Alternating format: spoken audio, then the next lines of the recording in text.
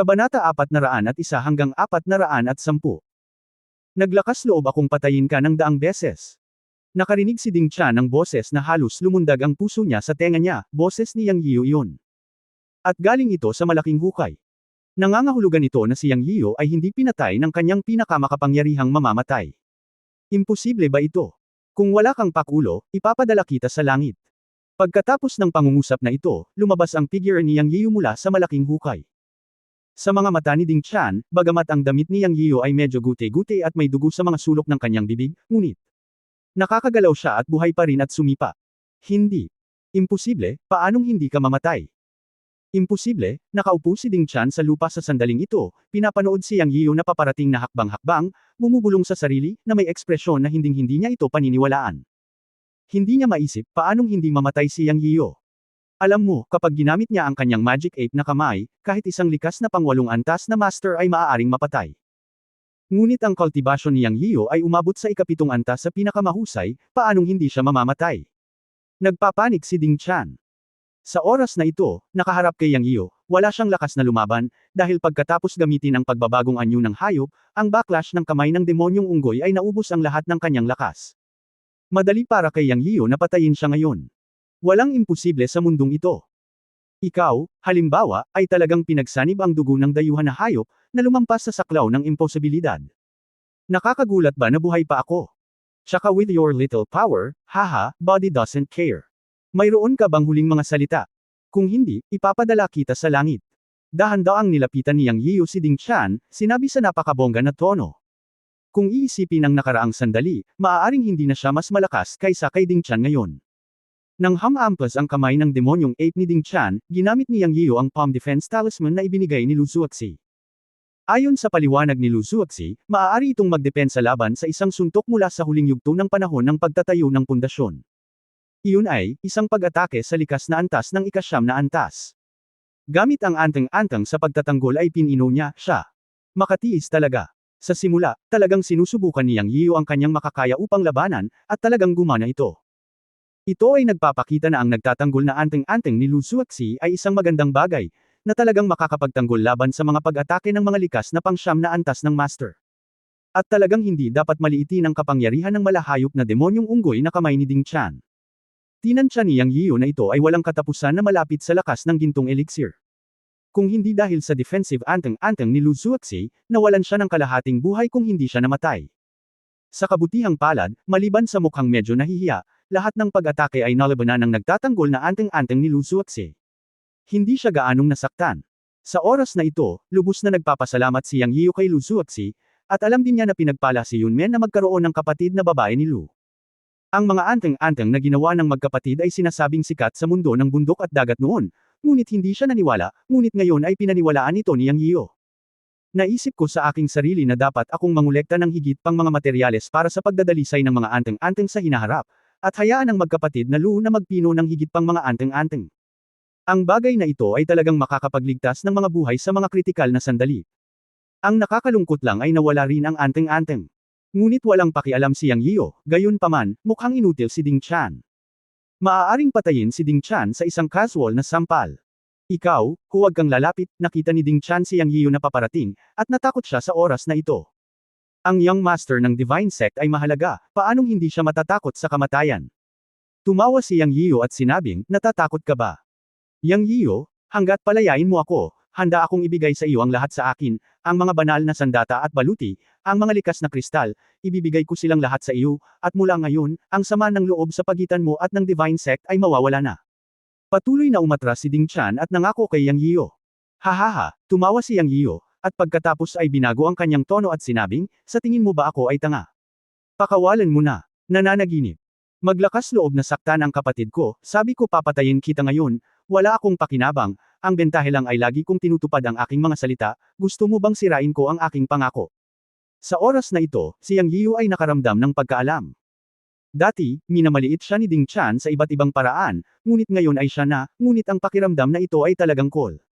Yang Yian, hindi mo ako mapapatay. Ako ang batang Panginoon ng Shenzong, ang aking ama ay ang pinuno ng Shenzong, at ang aking lolo ay ang tagapag-alaga ng ipinagbabawal na lupain ng Shenzong, at siya ay isang congenital na ika-9 na antas ng pag-iral. Kung papatayin mo ako, naniniwala ka ba na ikaw at ang iyong mga kamag-anak at kaibigan ay mamamatay ng walang libingan? Sa oras na ito, nawala ang moral na integridad ni Ding Chan, at kinuha niya ang huling bargaining chip at ginamit ang impluwensya ng kanyang pamilya para gipitin si Yang Yian. Sa pakikinig sa mga salita ni Ding Chan, natigilan si Yang Yian at hindi namamalayan. Ang pangunahing dahilan ay sinabi ng taong ito na ang aking lolo ay ang tagapag-alaga ng ipinagbabawal na lupain ng Shenzong at ito ay isang congenital na pag-iral sa ikasyam na antas. Ang mga salita ni Ding Chan ay naglalaman ng maraming impormasyon. Ang young master ng Shenzong, Laozi at Laozi ay parehong mahusay na tao, at si Ding Chan ay isang karaniwang pangalawang henerasyong magsasaka. Alam ni Yang Yian na totoo nga ang sinabi ni Ding Chan. Kung papatayin niya si Ding Chan, malaking gulo. Sa isang iglap, nag-alinlangan si Yang Yian sa kanyang puso. Kung siya ay nag-iisa, pabayaan ang pagpatay sa isang young master ng Shenzong, kahit na pumatay siya ng 10, hindi mahalaga. Ang mga nakayapak ay hindi natatakot sa mga nagsusuot ng sapatos. Sa worst, tumakas ka na lang. Ngunit ang problema ay hindi nag-iisa si Yang Yian. Mayroon siyang lola, kapatid na babae, ilang babae, kamag-anak, kaibigan, at ang bagong tatag na Yunmen. Para kay Yang Yian, na pinahahalagahan ang mga emosyon higit sa lahat, ito ay talagang isang malaking problema. Ilang saglit, nabigla si Yang Yian. Hindi niya inasahan na ang Shenzong ay talagang may 9th level innate existence. Nang makitang tila hindi nagsasalita si Ding Chan, ibig sabihin ay nagsasabi siya ng totoo.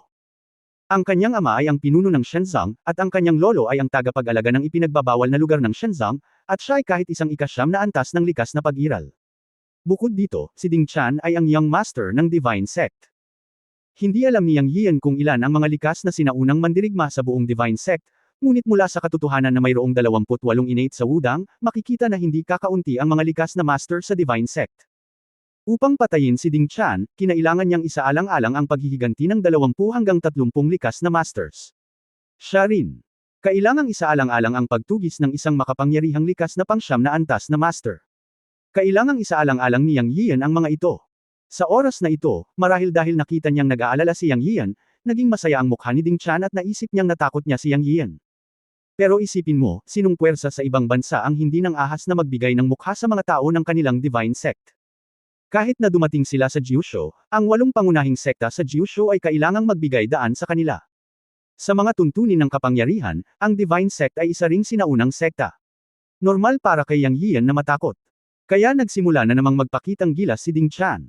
May kasabihan na kung hindi ka magpapakamatay, hindi ka mamamatay. Ang kasabihang ito ay angkop na angkop para kay Ding Chan ngayon. Matapos ipakita ni Yang Yian ang kanyang pag-aalala, dinagdagan ni Ding Chan ng gasolina ang apoy ni Yang Yian, isang apoy na nagpabilis sa kanyang pagkamatay.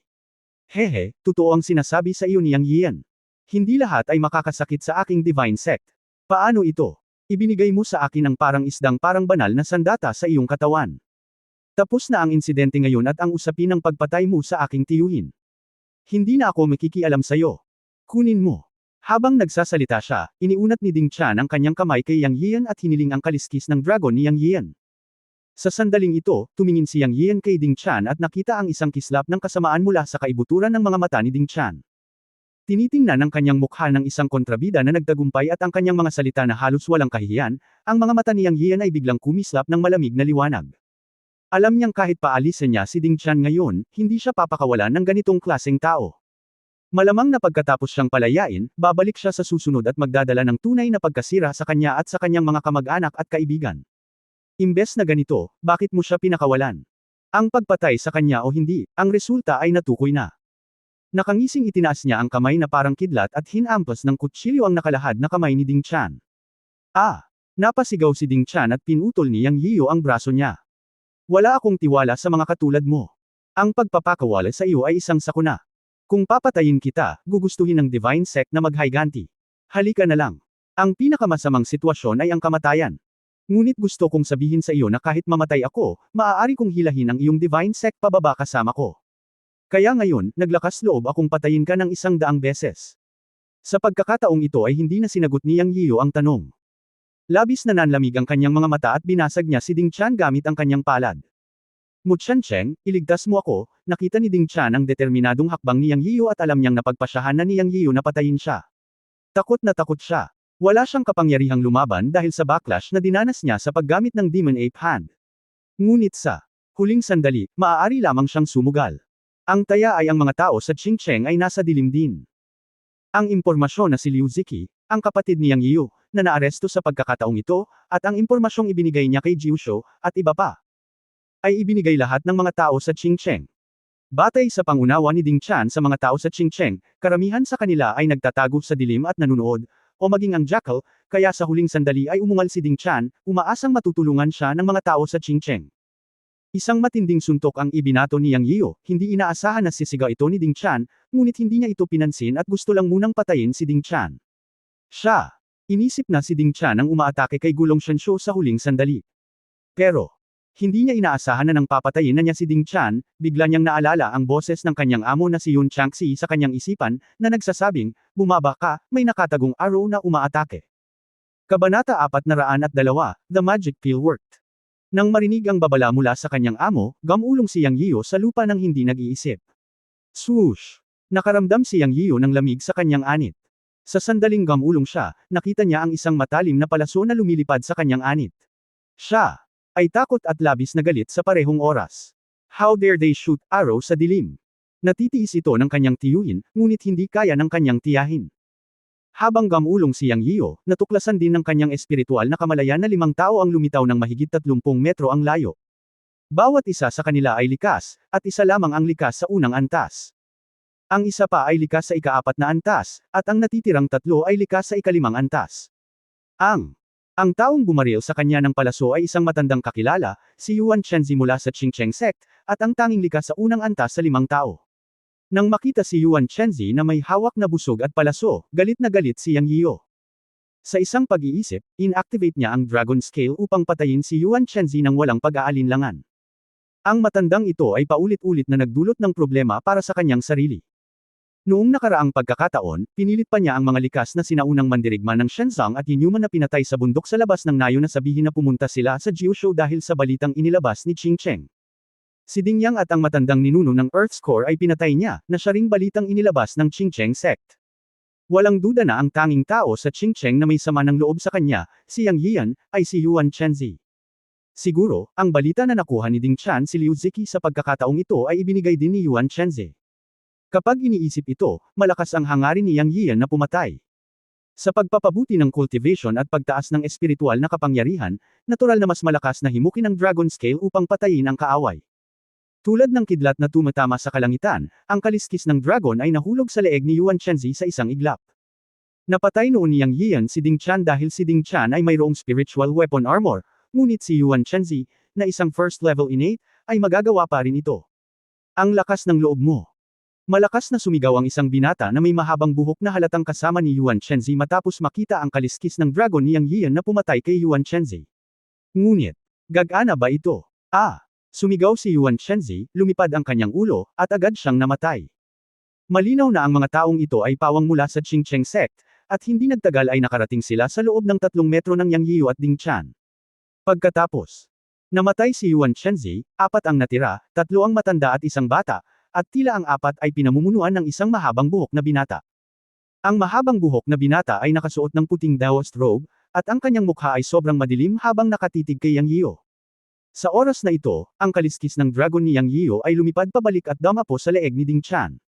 Kasabay nito, lihim na dinurog ni Yang Yiu ang isang tableta, at isang putok ng itim na usok ang tumaas at kumalat. Sa gabi, walang nakapansin na dinurog ni Yang Yiu ang isang tableta sa kanyang kamay. Ang lahat ay nangyari sa isang iglap. Hindi naglakas loob na gumalaw si Ding Chan. Nang makita ang mahabang buhok na binata na nakasuot ng puting damit na paparating, umalis siya at sumigaw, Mu Chencheng iligtas mo ako, pumuste siya ng tama, si Mu Chencheng ay nagtatago sa dilim. Mu Chencheng. Natarante si Yang Yiu at tumingin sa mahabang buhok na binata. Ang re-square na sinigaw ni Ding Chan ay dapat itong taong ito. Si Mu Chencheng ay isa rin sa nangungunang 10 manggagawa ng kasamaan sa Xiantian Theory List, na nasa ikawalo, isang lugar na nauuna kay Ding Chan. Originally, nagtatago siya sa dilim kasama ang kanyang mga tauhan, nanunood lang, naghihintay lang na matalo sina Yang Yiu at Ding Chan, para makapitas siya ng mga pitch. Sa hindi inaasahang pagkakataon, talagang nakalusot si Yang Yiu, at nabaligtad ang sitwasyon, natalo si Ding Chan. Matapos marinig ang tawag ni Ding Chan para sa tulong, lumabas si Mu Chencheng. Bagamat hindi niya gusto si Ding Chan, bilang isa sa nangungunang 10 makasalanan, hindi niya gustong mamatay si Ding Chan sa mga kamay ni Yang Yiu. Ang mas naisip niya ay kung lalabas siya para iligtas si Ding Chan sa mga oras na ito, makakakuha siya ng masaganang benepisyo mula kay Ding Chan. Napakahalaga ng young master ng Shenzong. Hindi natakot si Mu Chencheng na hindi ito aaminin ni Ding Chan matapos siyang iligtas. Ngunit hindi niya inaasahan na matapos hayaang magpana ng palaso si Yuan Chenzi kay Yang Yio, nawala ang buhay ni Yuan Chenzi. Sa Qingcheng, si Yuan Chenzi ay miyembro ng kanyang pamilyang Mo. Pinanood niya itong lumaki mula pa noong siya ay bata at siya ang taong higit na nakakakilala kay Yang Yio.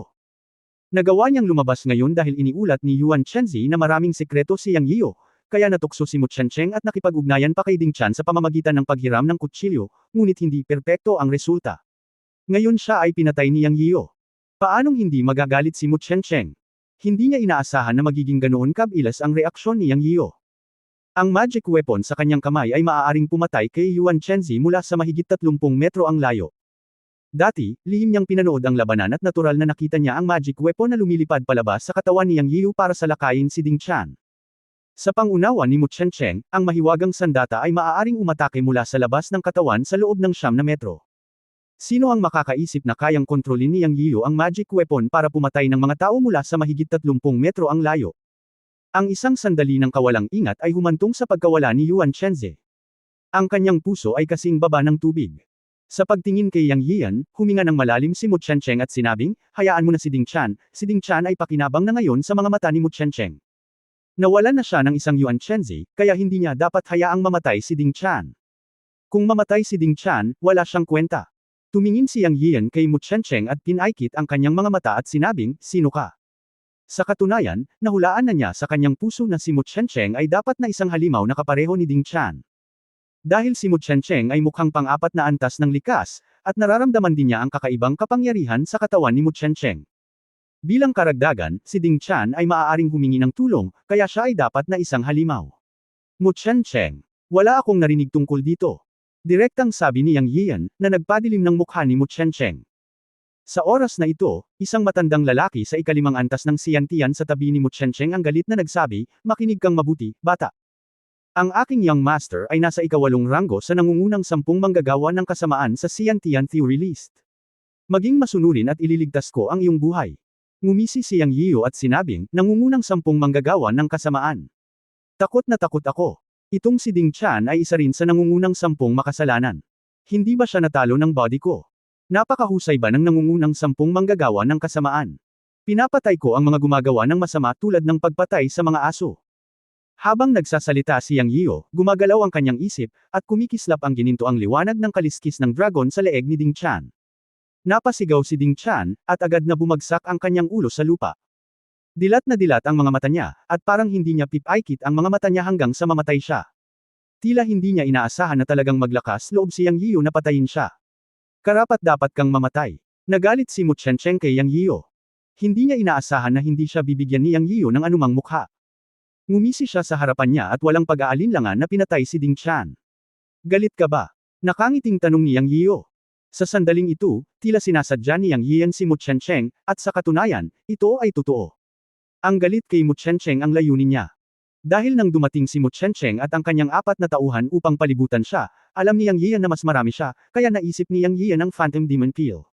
Siya, tahimik na dinurog ang isang Phantom Demon Peel sa kanyang kamay. Ang tabletang ito ay maaaring makaapekto sa isip ng mga tao at makagawa ng mga guni-guni. Kung ang kabilang partido ay galit, natural na magiging mas mahusay ang epekto, at maaari silang mahuli ng hindi nalalaman. Hindi alam ni Yang Yian ang tiyak na epekto ng Phantom Demon Peel, ngunit malalaman niya ito pagkatapos subukan. Dapat itong gumana, dahil ang mga recipe ng tabletang ito ay ipinasa lahat ng master, at walang mabababang mga recipe na maaaring kolektahin ng Master Yun Changxi. Matapos itong pinuhin sa wudang noong nakaraang pagkakataon, hindi pa ito nagamit. Ngayon, kaharap si Mu Chencheng, na nasa ikawalong ranggo sa nangungunang 10 manggagawa ng kasamaan at mas makapangyarihan kaysa kay Ding Chan, kasama ang 3 sinaunang mandirigma ng ikalimang antas ng katutubo, naisip ni Yang Yian ang Phantom Demon Peel. Ito ay magiging mas maganda kung makakaapekto sa kanilang lahat, o kahit na may kaunting epekto, ito ay madaragdagan ang kanyang pagkakataong manalo. Kung ikukumpara sa mga tao sa Qingcheng, ang mga nakipagsabuatan sa Overseas Divine Sect upang magplano laban sa kanya ay mas nararapat na mamatay. Ang 10 mapahamak na manggagawa ng kasamaan, papatayin ko silang lahat. Anyway, napatay ko na si Yuan Chenzi, at may sama ng loob ako kay Qingcheng, kaya papatayin ko silang lahat. Sa hawak na Phantom Demon Pill, maaari itong makaapekto sa isipan nilang apat kahit kaunti, na magpapataas ng pagkakataong patayin si Mu Qiancheng para kay Yang Yiu. Ang Phantom Demon Pill na lihim na dinurog ay tiyak na tatama sa sinuman sa loob ng 100 metro. Para sa epekto ng tableta, upang pukawin ang galit ni Mu Qiancheng at ng iba pang apat, tinawag ni Yang Yiu na kalokohan ng 10 manggagawa ng kasamaan at pinatay si Ding Qian sa harap ni Mu Qiancheng. Sapat na ba itong galit? Ang hakbang na ito ay talagang malupit, at ang mukha ni Mu Qiancheng ay naging atay ng baboy. Gayunpaman, ang ikinagulat ni Yang Yiu ay hindi agad siya inatake ng taong ito. Handa siyang harapin siya anumang oras, ngunit hindi niya inaasahan na kahangahangang kalmado si Mu Qiancheng. Sa halip, tumingin siya kay Yang Yiu at sinabi sa malalim na boses, "Anak, inaamin ko na napakalakas mo, ngunit ang pagpatay kay Ding Qian ang pinakamalaking pagkakamali ng iyong buhay. Ang paghihiganti ng Divine Sect ay magiging parang bundok, at hindi mo ito matitiis. At matagumpay mong napukaw ang aking galit. Hindi kita papatayin, ngunit gagawin kitang buhay na mas masahol pa sa kamatayan. Huwag mong isipin na magaling ka kung kaya mong talunin si Ding Qian. Ako, si Mu Qiancheng, ay hindi aksaya tulad ni Ding Qian, na magdudulot lamang ng kahihiyan sa pangalan ng 10 dakilang halimaw. Ngayon, ipapaalam ko sa iyo kung ano ang mas masahol pa sa buhay. Gusto kitang patayin, bastard." Sa oras na ito, umungal ang isang matandang lalaki sa tabi ni Mu Qiancheng, at sinampal ng palad si Mu Qiancheng, na nagsasabing gusto niya ng bastardo. Bang! Hindi man lang nasabi ni Mu Qiancheng ang huling salita ng kamatayan, at biglang sinampal ng malakas sa likod ng kanyang sariling mga tao. Puff, dumura si Mu Qiancheng ng isang subo ng dugo. Nababaliw ka na ba? Nagulat ang isa pang matandang lalaki matapos makitang binugbog si Mu Qiancheng. Ako. Papatayin kita, ibalik mo sa akin ang aking anak, si Mu Qiancheng, ang aking anak na babae ay pinatay mo, ngayon ay papatayin kita. Ang matandang lalaki na tumama sa palad ni Mu Qiancheng ay naging mga kuneho, na kumikislap na pula sa gabi, sumisigaw na gusto niyang patayin si Mu Qiancheng. Natuwa si Yang Yiu na makita ang eksenang ito, siya lang ang nakakaalam na mabisa ang magic pill, at nakakagulat na maganda ang epekto nito. Kabanata 403 Sinaunang Espada Soul. Sa 4 na tao sa field, ang isang nagngangalang Mu ay naapektuhan ng magic pill at nagsimulang nawalan ng malay. Inatake niya si Mu Qiancheng. Si Mu Qiancheng ay natama ng husto ng kanyang sariling palad, at ito ay isang palad mula sa isang ikalimang antas na sinaunang mandirigma. Dumura siya at halatang sugatan. Sa dalawa pa, isa lang ang matino at isinumpos si Mu. Napalingon din ang mga mata ng natitira, at halatang napozes din siya. Sa pagkakataong ito, parang baliw na sumugod si Mu patungo kay Mu Qiancheng. Nakita ito ni Muda, na sinubukan siyang pigilan, at nagmamadaling sinubukan siyang pigilan.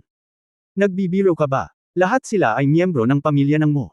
Si Mu Qiancheng ay ang direktang angkan ng pinuno ng Qingcheng.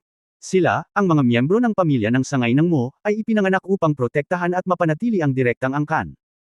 Sa isang malaking sekta, natural na hindi magkukulang sa iba't ibang puwersa ng pamilya. Ito ay pareho sa lahat ng dako. Hindi lang mapapanood ni Muda si Mu na binubugbog si Mu Qiancheng na parang baliw. Upang pigilan si Mu sa pagkakataong ito ay muling tumingin si Mu sa kanya, at sumigaw si Mu at ikaw, isang hayop, ay hindi rin magandang bagay. Si Mu Qingshan at ang iyong ama at anak ay hindi rin magandang bagay. Halika at mamatay. Sa isang kisap mata, ang isa ay natigilan at nahulog sa sarili niyang ilusyon. Ang isa ay nabaliw at nasangkot sa isang hindi baliw at nagsimulang makipag-away. Ang nag-iisa, si Mu Qiancheng, ay tila matino, ngunit malubhang nasugatan ng kanyang sariling mga tao. Ang resultang ito ay lubos na kasiya siya kay Yang Yiu. Nakangiti niyang tinitigan si Mu Qiancheng at naghanda na kumilos. Patayin na lang natin sila ngayong gabi. Wala sa mga taong ito ang mabubuting bagay, lahat sila ay mga kaaway. Pumatay ng isang mas kaunti, pumatay ng dalawa at pumatay ng isang pares. Talagang nanlumo si Mu Qiancheng. Bigla siyang niloko ng sarili niyang mga tao. Pakiramdam niya ay parang mamatay na siya bago niya magawa ang kanyang misyon. Mahirap para sa kanya na magpanggap na call. Sa muling pagtingin kay Yang Yiu, nakita niya si Yang Yiu na nakapikit sa kanya. Naantig ang puso ni Mu Qiancheng, pwede bang? Sa hindi maipaliwanag na bagay, siya ang unang nataranta. Dapat may malansa. Sa pagtingin sa nakangiting mga mata ni Yang Yiu, marahil ay si Yang Yiu ang naglalaro. Sa oras na ito, medyo nalilito din si Mu Qiancheng, ngunit isa siya sa nangungunang 10 manggagawa ng kasamaan. Hindi tulad ng mga ordinaryong sinaunang mandirigma, mayroon siyang malakas na paghahangad at ibang uri ng kapangyarihan sa kanyang katawan. Ang ganitong uri ng pagkalito sa paghahangad ay walang gaanong epekto sa kanya. Tumingin kay Yang Yiu, sinabi niya sa malalim na boses, naglalaro ka ba?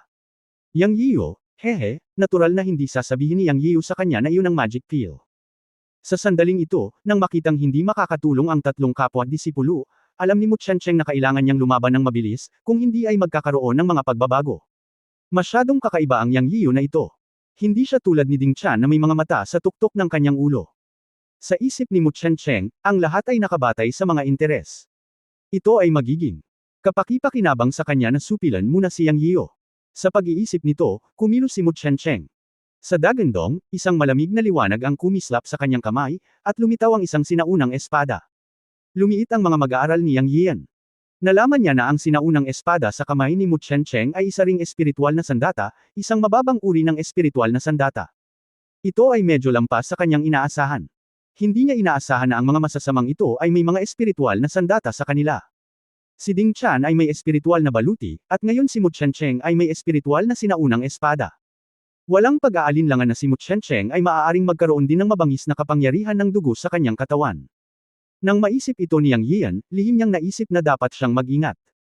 Sa kabutihang palad, sa epekto ng magic pill, nalutas na niya ang tatlong lalaki ni Mu Qiancheng. Ngayon kailangan na lang niyang mag-concentrate sa pakikitungo kay Mu Qiancheng. Gayunpaman, ang impluwensya ng magic pill ay limitado pagkatapos ng lahat. Imposibleng maapektuhan ang isipan ng tatlong likas na ikalimang antas ng sinaunang mandirigma sa larangan ng walang katiyakan. Ang tatlong tao ay kailangang ganap na patayin bago makaramdam ng kagaanan si Yang Yian. Sa isang pag-iisip, na hinimok ng kapangyarihang pangkaisipan, ang lahat sa loob ng 900 metro ng espiritual na kamalayan ay lumitaw sa kanyang isipan ng detalyado. Sa pagharap sa pag-atake ni Mu Qiancheng, hindi pinili ni Yang Yian na harapin siya ng direkta, ngunit umatras upang umiwas. Kasabay nito, pinaandar niya ang Dragon Scale upang patayin ang sinaunang mandirigma na nakatayo pa rin at nakulong sa sarili niyang ilusyon. Sa epekto ng magic pill, ang pagpatay sa taong ito na hindi marunong gumalaw ay parang pagputol ng trigo. Ang kaliskis ng dragon ay kumislap sa leeg ng lalaki at naputol ang kanyang lalamunan sa isang iglap. Isang matandang lalaki sa ikalimang antas ng katutubo ang nahulog sa lupa. Sa oras na ito, binawi ni Yang Yian ang kaliskis ng dragon at lumipad pabalik upang tumama sa likod ni Mu Qiancheng. Hindi pinansin ni Yang Yian sina Mu at Muda dahil nasa bingit na nilang mag-away ang dalawa. Tila pareho silang naapektuhan ng magic pill. Ngayon kailangan na lang niyang mag-concentrate sa pakikitungo kay Mu Qiancheng. Nang ang kaliskis ng dragon ay lumipad pabalik at tinadtad sa likod ni Mu Qiancheng, si Mu Qiancheng ay tila nagmulat ng kanyang mga mata sa kanyang likuran, at ibinaling ang kanyang kamay nang hindi lumilingon at nagsword. Ding-dang! Sa isang iglap, nagulat ang buong katawan ni Yang Yian. Ang kaliskis ng dragon ay tinamaan ng malakas ni Mu Qiancheng, na naging dahilan upang siya ay magdusa ng backlash. Biglang kumulo ang ilang dugo at chi. Si Yang Yian ay umasa sa lakas ng kaisipan at totoong chi upang himukin ang sukat ng dragon, na nagpahirap sa kanya. Sa kabutihang palad, ito ay nasa loob ng pagpapaubaya. Ang liwanag ng kaliskis ng dragon ay lumabo at lumipad pabalik sa katawan ni Yang Yian. Nakakita si Yang Yian ng maliit na bitik sa kaliskis ng dragon nang tumingin siya sa loob. Bamantong hininga siya sa kanyang puso, kung tutuusin, hindi ito isang tunay na espiritual na sandata. Nasira ang Dragon Scale at wala na itong silbi ngayon. Makakaasa lang si Yang Yian sa kanyang makapangyarihang tunay na enerhiya at mahika para harapin si Mu Qiancheng. Ang Mu Qiancheng na ito ay talagang mas malakas kaysa kay Ding Tian, ngunit sa panahon ng paghaharap, nalaman ni Yang Yian na ang kanyang lakas ay tila katumbas ng kanyang lakas, na nagpagaan ng pakiramdam ni Yang Yian. Ang sumpa ng kakanyahan ng dugo ay lumitaw sa pagitan ng kanyang mga kamay, at itinaya niya ang kanyang buhay. Ihagis ito kay Mu Qiancheng. Ang 5 elemento ng Blood Essence Curse sa witchcraft ay sabay-sabay na inihagis sa isang iglap, na ginawang parang papel ang mukha ni Yang Yiyo. Ang kakanyahan ng dugo ay ang gabay, na siyang kapangyarihan ng kanyang sariling pinagmulan, at ito ay kumokonsumo ng maraming enerhiya. Walang alinlangan na nangangailangan ito ng isang mahusay na presyo. Ngunit para mapabagsak si Mu Qiancheng, sinubukan din ni Yang Yiyo ang kanyang makakaya. Lead. 5 patak ng Blood Essence ang pumaligid kay Mu Qiancheng, at si Yang Yiyo ay nag-trigger ng 5 Blood Essence na sumpa. Ang 5 elemento ng ginto, kahoy, tubig, apoy at lupa ay inilabas sa lihim na spell. Ang mga bowl ang apoy, mga tinag sa lupa, mga baging, mga bato, at mga pana ng tubig ay sabay na lumitaw at inatake si Mu Qiancheng. Nang makita ni Mu Qiancheng si Yang Yiyo na gumaganap ng mga lihim na sining na ito, natakot din siya. Agad siyang umungal, ikinuyom ang kanyang mga kamay sa sinaunang espada, at nagwisik ng isang bibig ng asensya ng dugo sa katawan ng espada at umungal, nabuksan ang selyo, umaatake ang kaluluwa ng espada, at pinutol ko ito. Sa isang iglap, lumipad ang mahabang buhok ni Mu Chencheng, at umihip ang malakas na hangin sa field. Isang buhawi ang nabuo kasama siya bilang sentro. May isang uri ng momentum na nagbago sa mundo.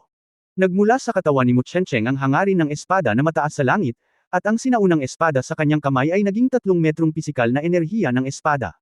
Sa sandaling ito, nabigla si Yang Yiyo. Hindi niya inaasahan na ang kapangyarihan sa katawan ni Mu Chencheng ay hindi ang bloodline ng hayop, ngunit isang uri ng sword soul na tinatakan. Napakalakas noon. Sa oras na ito, ang tinig ni Master Yun Changxi ay umalangaw-ngaw sa kanyang isipan, na nagsasabing, "Mabahong bata, huwag kang tulala, umatras ng mabilis, ito ay isang sinaunang kaluluwa ng espada, maaari nitong kunin ang iyong buhay." Mabilis na umatras si Yang Yiyo na parang nagising mula sa isang panaginip, at sa parehong oras ay narinig niya ang boses ni Master Yun Changxi na umaatungal, "Nabaligtad ang mundo, lahat ng batas ay bumalik sa pinagmulan, ang espada ng kaluluwa, go!" Boom! Puff! Si Yang Yiyo ay biglang natangay ng isang malakas na puwersa habang umaatres, dumura ng isang subaw ng dugo, at bumagsak sa lupa at naramdaman na ang kanyang mga buto ay nagkalat. May dumagundong ding tunog na yumanig sa lupa sa kanyang mga tainga. Alam niyang kumilos na ang amo, kung hindi ay nasa panganib siya sa pagkakataong ito. Masyadong malakas ang sword energy ni Mu Chencheng, at hindi siya siguradong matatanggap niya ito. Pagtingin sa itaas, lumilipad ang alikabok sa parang. Ahem! Isang ubo ang nagmula sa alikabok. Pagkatapos umihip ng hangin, nakita ni Yang Yiyo si Mu Chencheng na nakahandusay sa lupa at umuubo ng dugo. Si Mu at Muday nakahiga din sa isang pool ng dugo. Nang makita ito, nalanghap ni Yang Yiyo ang malamig na hangin. Hindi man lang niya nakita ang nangyayari. Sa isang kisap mata, bumagsak ang mga kalaban. Walang alinlangan na kumilos ang master. Kung iisipin, ang matanda, anong uri ng mahiwagang kapangyarihan ang ginamit ng Panginoon ngayon, at ang mundo ay nabaligtad. Sa oras na ito, ang boses ni Master Yun Changxi ay umalangaw-ngaw sa kanyang isipan, na nagsasabing, "Pumunta ka at linisin ang kalat. Huwag hayaang may mangyari muli. Hindi ko inaasahan na ang isang maliit na langgam ay maaaring magkaroon ng sinaunang espiritu ng espada." Sa kabutihang palad, siya ay isang sinaunang mandirigma. Kung ang isang magsasaka ay gumamit ng sinaunang espiritu ng espada, ito ay magiging napakahirap para sa akin. Ipinakita mo ang dugo ng isang kakaibang hayop, at ngayon ito ay isang sinaunang espiritu ng espada. Pinagkakaguluhan talaga ako ng mundo mo. Hindi ko alam kung anong klaseng gamo-gamo ang lalabas. Pumunta at linisin ang kalat at umalis sa lalong madaling panahon. Malinaw na narinig ni Yang Yiyo na ang boses ng master ay napakawalang kabuluhan. Malinaw, nagbayad siya ng isang presyo para sa paggamit ng lihim na pamamaraan ngayon lamang. Siya. Sagot sa kanyang puso, tumayo at inisip si Mu Chencheng. Sa sandaling ito, ang kanyang katawan ay kumikilos din, at siya ay gumamit ng 5 uri ng dugo at asensya ng sabay-sabay, na nakakasakit sa kanyang sigla at hindi mas mahusay. Ngunit buhay pa si Mu Chencheng, at gusto niyang patayin siya para maiwasan ang mga problema sa hinaharap. Nakita ni Mu Chencheng si Yang Yiyo na paparating at ang kanyang mukha ay namutla at asol, puno ng takot. Ibinuka niya ang kanyang bibig para magsabi ng isang bagay, ngunit hindi siya binigyan ni Yang Yiyo ng pagkakataon. Tama si Master. Mas mabuting linisin ang sitwasyon at umalis, baka may tumalon. Pagkatapos ay oras na para umiyak. Nagngangalit ang kanyang mga ngipin at nagmaneho ng kaliskis ng dragon, pagkatapos ng isang flash ng gininto ang liwanag, si Mu Chencheng ay tinaga sa lalamunan ni Yang Yiyo. Pagkatapos ay tumingin siya kay Mu at sa isa pang lalaking nakahandusay sa lupa. Lumapit si Yang Yiyo at sinuntok sila ng 2 beses, na ikinamatay nila. Sa puntong ito, lahat ng 5 tao mula sa Qingcheng sect ay pinatay. Kabanata 404, Pagsira sa bangkay. Oras, Yang Yiyan. Pinatay ang ika-8 at ika-9 sa 10 manggagawa ng kasamaan sa Xiantian Theory Rangkang, at sinaktan ang 2 pangunahing sekta ng sabay-sabay. Kung ito ay isang ordinaryong tao, tatakas na sana siya sa oras na ito, ngunit hindi ito pinagsisihan ni Yang Yiyan. Kung tutuusin, ang mga taong ito ang nang-uudyok sa kanya at gustong pumatay sa kanya. Hindi siya ang nagalit sa iba. Si Yang Yiyan ay walang pinagsisisihan sa pagpatay kina Ding Chan at Mu Chencheng. Siya ay hindi natatakot, at nasaktan ang 2 pangunahing sekta. Kung wala siyang lakas, siya na ang mamamatay ngayon. Kung hahayaan niya si Ding Chan, walang duda na si Yang Yiyan ay hihiga sa susunod. Pumapatay man o hindi, awayan na. Ang pagpatay ng isang mas kaunting kaaway ay isang mas kaunting kaaway. Totoo rin ito sa pagpatay kay Mu Chencheng. Sa pagtingin sa mga bangkay ng ilang tao sa lupa, nagpaputok si Yang Yiyan ng totoong apoy upang masunog. Siyempre, hindi niya nakalimutang dambungin ang mga kayamanan ng langit at lupa. Natagpuan ni Yang Yiyan ang isang maliit na bag ng mababang uri ng mga spirit stone sa Ding Chan, na naglalaman ng 10 bato, na itinuturing na napakahusay. Matapos sunugin ang katawan ni Ding Chan, tumambad ang armor ng middle grade spirit weapon level, na mukhang kasing laki ng palad. Gayunpaman, alam ni Yang Yian na ang mga espiritual na kasangkapan ay maaaring malaki o maliit. Hanggat sila ay pino, maaari silang maitago sa katawan at magamit sa sandaling gumalaw ang isip. Ang aswol na baluti ay natatakpan ng mga pattern, na mukhang misteryoso at sinaunang. Inihagis ito ni Yang Yian sa espasyo ng Chen Kun Pot at naghintay na pinuhin ito pagkatapos bumalik. Ang tanging ikinadismaya ni Yang Yian ay ang hindi niya nakitang dugo ng alien beast sa katawan ni Ding Chan. Dapat ay pinagsama ni Ding Chan. Ngayong patay na si Ding Chan, nawala na rin ang dugo ng alien beast. Walang nakitang mga espiritual na bato mula kay Mu Chen, ngunit isang sinaunang espada ng mababang uri ng espiritual na kasangkapan ang talagang nakuha. Walang iba maliban dito. Isang tunay na apoy ang nagpaputok at ang katawan ni Mu Chen ay direktang nasunog. Ang tunay na apoy ay nasunog sa isang iglap. Sa oras na ito, biglang nakita ni Yang Yian ang isang sinag ng pilak na liwanag na kumikislap sa abo ni Mu Chen mula sa gilid ng kanyang mata. Ang isang mas malapit na pagtingin ay nagsiwalat na mayroong isang kumikinang na bagay na hugis brilyante, na tila isang fragment, at ito ay tila bahagi ng talim ng espada na nahulog. Nanlamig ang kamay, at ang lamig ay pinipindot. Sa oras na ito, ang tinig ni Master Yun Changxi ay tumunog, huwag mong gamitin ang iyong espiritual na kahulugan upang suriin ito, anak. Ito ay isang sinaunang kaluluwa ng espada na may kamalayan sa loob. Kung susubukan mong suriin ito, sisirain ito ang iyong espiritual na pakiramdam. Ipaubaya ko ang bagay na ito sa iyong pinakamatandang alagad. Natural sword blanco ang batang iyon. Hayaan siyang pinuhin ito at dahan-daang isama ito sa kaluluwa ng espada. Magagawa niyang maging kanang kamay mo sa hinaharap. Ang bagay na ito ay hindi ka panipaniwala. Anong klaseng sword soul ito, matandang lalaki? Gaano ito kalakas? Hindi napigil ang magtanong ni Yang Yiu matapos marinig ang seryosong sinabi ng kanyang amo. Ito ay higit pa sa makapangyarihan. Sa sinaunang Taebak na walang kamatayan, ang Taebak ay buhay, ito ay ang elixir field, ang Taebak ay tao rin, at ang tao ay Taebak din. Ang kaluluwa ng espada na ginawa ng pagkakaisa ng tao at espada ay may kapangyarihang sirain ang mundo. Sa kabutihang palad, ito ay isang fragment, kung hindi ay nawala ang iyong buhay ngayon. Gawin. Huwag nang magtanong pa. Anyway, napakalakas ng bagay na ito. Ibinibigay ko ito sa iyo, ang iyong pinakamatandang alagad, at sayang kung ikaw mismo ang gumamit nito. Matapos makinig sa master, agad na nalungkot si Yang Yiu at sinabi, ano ang ibig mong sabihin sa pag-aaksaya nito para sa akin, matandang lalaki? Kaya hindi ako matitiis sa iyong paningin. Ganyan ka lang, sabi ni Yun Changxi, at tumigil sa pagsasalita.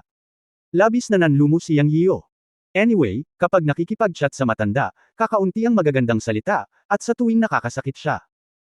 Matapos alisin ang sinaunang espada at sword soul ni Mu Chen, nakahanap si Yang Yiu ng 17 maliliit na espiritong bato mula sa iba pang mga tao, sa kabuuan ay 27 mga espiritong bato, na itinuturing na isang maliit na kapalaran. Pagkatapos ay winasak niya ang bangkay at umaasa na malalaman ito ng mga tao mula sa Qingcheng sect at Shenzang mamaya. Kailangan niya ng panahon upang mapabuti ang kanyang paglilinang, at pagkatapos ay magagawa niyang harapin ang paghihiganti ng dalawang pangunahing sekta. Sa pagkakaroon ng tunay na apoy, maaaring masunog ng apoy ang tanawin ng malinis. Siyempre, hindi niya inaasahan na ang dalawang pangunahing sekta sa likod ng pagpatay kina Ding Chan at Mu Chen ay hindi matatagpuan. Ang mga sinaunang sekta ay hindi dapat maliitin. Ang ilan sa kanila ay may paraan ng pagsubaybay. Ngayon ay maaari na lamang siyang umasa na malalaman o maghinala nila mamaya. Pagtingin sa langit, alas 4 na ng umaga, at halos madaling araw na. Mabilis na bumaba si Yang Yiu sa Relief Mountain. Pagdating niya sa kotse, nasa sasakyan sina Lu Zuoxi at Liu Ziki. Kamusta si Taidan? Nang makitang koma pa rin si Liu Ziki, tinanong ni Yang Yiu si Lu Zuoxi. Nabali lahat ang mga litid at buto ng kanyang mga paa. Maliit na usapin pa ito. Makaka-recover siya. Sinuri ko ito. Ang problema ay mayroong isang uri ng kapangyarihan na higit sa totoong chi sa kanyang katawan. Ito ay lubos na nangingibabaw at tinataboy ang totoong chi. Nagdulot ito ng pinsala sa kanyang katawan at mahirap ilabas. Sumimangot si Lu Zuoxi at sinabi. Iniunat ni Yang Yian ang kanyang kamay at ginamit ang kanyang tunay na chi para suriin ang katawan ni Liu Ziki. Siguradong, ang kanyang mga limbs, meridian at buto ay nabali ng isang tao. Damn it! Nagmura si Yang Yian. Hindi niya pinagsisihan ang pagpatay kay Ding Chan. Pinatay niya talaga ang kapatid niya. Sa isang alon ng kanyang kamay, isang patak ng tubig ng buhay ang pumasok sa bibig ni Liu Ziki. Una sa lahat, ang kanyang buhay ay mailigtas, at ang mga belang mga paa ay maibabalik sa paggamot ng tubig ng buhay. Ang tanging bagay na nagpasimangot kay Yang Yian ay ang panlabas na puwersa sa dugo ni Liu Ziki. Ang Beast Bloodline na kapangyarihan ni Ding Tian ang nagtaboy sa totoong Shi, kaya napakabagal ng pagbawi. Sinubukan niyang pinuhin ito gamit ang totoong Shi, ngunit lampas ito sa inaasahan ni Yang Yian. Walang paraan upang pinuhin ang kapangyarihan ng hayop sa katawan ni Liu Ziki. Huwag kang mag-abala. Ang ganitong uri ng kapangyarihan ay kailangang dahan-daang paalisin ng kanyang sarili. Hindi naman big deal. Kailangan lang ng ilang oras para gumaling. Ang boses ni Master Yun Changxi ay tumunog sa isipan ni Yang Yian. Master, wala ka bang magagawa? Tanong ni Yang Yian. Kalokohan, paano magkakaroon ng 100 paraan ang isang master? Ngunit, nag-ubos ako ng sobrang lakas para tulungan kang labanan ang sinaunang espiritu ng espada ni Mu Qiancheng noon, kaya walang ibang paraan sa ngayon. Di ba sabi ko dapat gumaling siya mag-isa? Maaari itong maalis ng mag-isa sa 1 buwan. Bakit mag-abala? Naiinip na sabi ni Yun Changxi. Pwede lang ganito. Walang magawang sinabi ni Yang Yiyo, at mayroon din siyang malalim na pag-unawa sa dugo ng mga dayuhang hayop. O sa madaling salita, mayroon siyang pang-unawa sa 10 manggagawa ng kasamaan sa Xiantian Theory List. Yung isa, ang pinatay ngayong gabi ay nasa ilalim lamang ng 10 manggagawa ng kasamaan. Mahirap isipin kung gaano kalakas ang mga masasamang iyon sa tuktok ng katanyagan at kapalaran. Gayunpaman, mas mabuting mag-ingat kapag nakakaharap sila sa hinaharap. Sina Ding Tian at Mu Qiancheng, na nagkita ngayon, ay nag-refresh ng pananaw sa mundo ni Yang Yiyo, na ipinaalam sa kanya na mayroon ding mga taong katulad niya sa mga sinaunang mandirigma ng Xiantian na kayang lumaban sa iba't ibang antas. Ang pinakamahalagang bagay ay ang mga masasamang ito ay tila may makapangyarihang kapangyarihan mula pa noong unang panahon. Si Ding Tian ay may dugo ng mga dayuhang hayop sa kanyang katawan, at si Mu Qiancheng ay may sinaunang espiritu ng espada. Ang mga taong ito ay hindi simpleng tao. Muling nahayag ang mahika ng tubig ng buhay. Pagkalipas ng ilang minuto, nagising si Liu Ziki at ang mga unang salita na sinabi niya ay, "Hey, ba?" Well, si Yang Yiyo ay inispray sa mukha ni Liu Ziki. Natahimik siya sandali. Yanzi, bakit ikaw? Si Liu Ziki ay nakulong pa rin sa pagpapahirap at nahimite, sa pag-aakalang ito ay grupo ni Ding Tian. Huminga ng malalim si Yang Yiyo, pinunasan ang laway sa kanyang mukha at sinabi, "Taidan, kumusta ka?" Matapos itong itanong ni Yang Yiyo, natigilan si Liu Ziki, at pagkatapos ay naalala niya na ang kanyang mga paa ay tila naapakan bago siya nawalan ng malay. Ako. Hey, maayos ang mga kamay ko, hindi, mahina ang mga paa ko. Si Liu Ziki ay isang taong nakapasok sa koponan, at ang kanyang paghahangad ay napakalakas, kaya hindi siya nagalit dahil dito. Pagkatapos ay maikling ikinwento ni Yang Yiyo ang takbo ng mga pangyayari. Sinabi rin ni Liu Ziki na hinarang siya ng isang tao habang pabalik. Alam na ng dalawa ang nangyari mamaya. Taidan, ang iyong mga paa ay maaaring mangailangan ng 1 buwan ng paggaling para gumaling. Ang pagkain at paglalakad ay parehong problema ngayon. Pwede ka nang magpahinga. Paano kung ganoon? Ang kumpanya ay nasa isang mahalagang yugto ng pag-unlad. Pwede na ba akong umalis? Sinong mag-aalaga? Nag-aalalang sabi ni Liu Ziki. Okay, hihilingin ko kay Zhao na tulungan ka sa loob ng 1 buwan. Magagawa mong ganap na mabawi sa loob ng 1 buwan. Sa panahong ito, maaari kang bumalik at magpalipos ng oras kasama ang iyong pamilya. Tretuhin lamang ito bilang isang pahinga. Hindi ka workaholic na ganito. Pagkatapos magsalita ni Yang Yian, pinaandar niya ang sasakyan at umuwi. Pagdating sa bahay, tinanong ni Liu Ziki kung paano siya nasugatan. Ginamit niya ang dahilan na siya ay natamon. Anyway, hindi niya hahayaang mag-alala ang pamilya niya. Pag-uwi niya, madaling araw pa lang. Ang lahat ay nakaupo ng magkakasama at ginugol ang araw ng bagong taon. Kinagabihan, pumunta si Liu Ziki kay Yang Yian upang pag-usapan ang tungkol sa kumpanya. Kinailangan niyang gumaling sa kanyang pinsala at least ibigay ang trabaho. Siya. Kailangang magtrabaho 3 araw pagkatapos ng bagong taon at bumalik sa sinaunang kabisera bukas. Nais ni Yang Yian na tulungan ni Zhao Nan si Liu Ziki na pangalagaan pansamantala ang kumpanya, ngunit hindi pa niya ito napag-uusapan sa kanya. Pagkatapos ng hapunan, si Zhao Nan ay nag-iisa sa kanya at hiniling sa kanya na pumunta sa sinaunang kabisera. Si Zhao Nan ay walang pagtutol dito, ngunit nakakagulat na humiling kay Yang Yian. Tumingin kay Yang Yian, sinabi ni Zhao Nan, "May gusto akong pag-usapan sa iyo." Kabanata 405, Pag-uuri ng mga kayamanan. Sabihin mo lang kung ano ang gusto mong sabihin. Ano pa ang pinag-uusapan niyo? Hinawakan ni Yang Yian ang kanyang kamay at mahinang sinabi. Huwag kang ang maingay, business ang tinutukoy ko. Hindi mahalaga. Hahalikan lang kita, hehe. Gusto ng pinsan kong si Zhao Wuling at ilang miyembro ng pamilya Zhao na. Gustong pumasok sa Yunmen. Hinahanap ka na nila, pero walang pagkakataon. Maaari ba silang pumasok sa Yunmen? Ang bagay na binanggit ni Zhao Nan ay na ang pamilya ay pumunta sa kanya, na nagpahiya sa kanya. Hindi siya nagkaroon ng pagkakataong magtanong. Ngayon, si Yang Yian ay may pambihirang pakikipag-chat sa kanya ng mag-isa, kaya tinanong niya ang lahat. Basta ang bagay na ito, okay, sa hinaharap, maaari kang gumawa ng iyong sariling mga desisyon sa mga ganoong bagay nang hindi nagtatanong sa akin.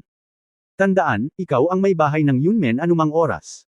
Salamat, naantig siya sa sinabi ni Yang Yian. Sa katunayan, ang ilang miyembro ng pamilya Zhao ay matagal nang gustong pumasok sa Yunmen, ngunit hindi siya naglakas loob na tanungin si Yang Yian. Ngayon ay binigyan siya ni Yang Yian ng posisyon sa Yunmen sa isang pangungusap lamang. Napakatamis ng pakinggan. Paanong hindi niya alam ang ugali ng apat na mistress ni Yunmen? Nga pala, ipikit mo ang iyong mga mata at bibigyan kita ng regalo. Ngumiti si Yang Yian at sinabi. Namula si Zhao Nan at sinabing, hindi, kung sakaling may makakita sa atin, pag-usapan natin ito sa ibang araw. Haha, mali ang iniisip mo. Ito ang gusto kong ibigay sa iyo. By the way, anong ibig mong sabihin sa ibang araw? Pilyong sabi ni Yang Yiyo, at may lumabas na brocade box sa kanyang kamay. Ang brocade box ay natural na isang alahas na regalo na inukit ni Yang Yiyo na may pulang dugong jade para sa ilang babae. Masyado siyang abala para ipamigay ito, at ngayon ay bagong taon, ito na ang tamang oras para ibigay ito sa kanila. Naisip ni Zhao na nakikilos muli si Yang Yiyo at namumula, ngunit pagkatapos ng pang-aasar ni Yang Yiyo at inilabas ang isang brocade box na parang magic trick, mas lalong namula ang kanyang mukha. Ano ito? Buksan mo at tingnan mo. Nang marinig ito, binuksan ni Zhao Nan ang brocade box at agad na bumulalas ng, ang kanyang bibig ay nakaporma ng O-shape. Ang pagpasok sa ilog ay isang napakagandang kwintas na jade. Ang bawat butil na hugis diamante na kasing laki ng maliit na daliri ay inukitan ng isang uri ng bulaklak na hindi pa nakikita ni Zhao Nan, na napakaganda. Ngumiti si Yang Yiyo at sinabing, gusto mo ba ito? Oo, tumango si Zhao Nan. Ang kwintas na ito ay tinatawag na Purple Heart, at ang bulaklak dito ay Purple Heart Flower. Ayon sa alamat, kapag namumulaklak ang Purple Heart Flower, hindi ito malalanta at mamumulaklak sa loob ng libu-libong taon. Sana maging kasing ganda ka ng Purple Heart Flower magpakailanman. Ang kwintas na ito ay kinulit ko. Mayroon itong nagtatanggol na porma sayon dito, na maaaring sumipsip ng espiritual na enerhiya ng langit at lupa. Mayroong isang mantra ng pagmumuni-muni sa mga kwintas, na makakatulong sa iyo na mabilis na makapasok sa estado ng paglilinang. Ipinaliwanag ni Yang Yiyo kay Zhao Nan na nakangiti na ang kwintas na inukit niya para sa bawat tao ay natatangi, at ito ay inukit ayon sa kanyang impresyon sa kanila. I like it very much. Hinalikan ni Zhao Nan si Yang Yiyo sa mukha habang nagsasalita. Ito ba ay isang gantimpala? Maliit lang, sabi nito ni Yang at akmang susuntukan siya. Hindi, pag-usapan natin ito pagkatapos nating ikasal. Pinigilan siya ni Zhao Nan. Hayaan mo akong halikan ka ulit. Hindi. Noong naglalaro ng bahay-bahayan ang dalawa sa silid sa likod bahay, mula sa labas ang sigaw ng kapatid. Kuya, may mga bisita sa bahay. Okay, stop making trouble, go and take a look. Sabi ni Zhao Nan na may pulang mukha.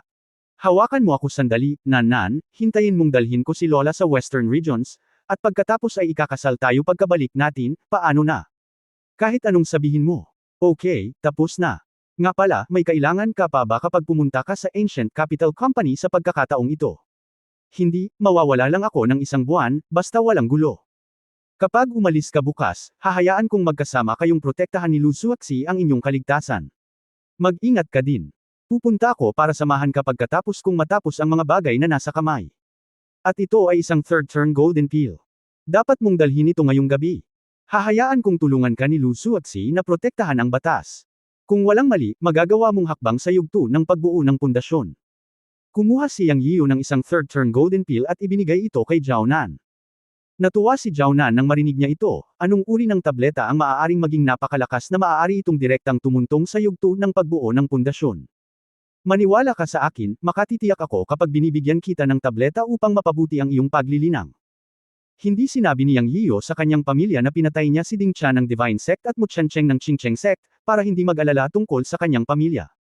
Ngayon isa lang ang hiling niya, ang subukan ang lahat ng posibleng paraan upang matulungan ang lahat na mapabuti ang kanilang lakas.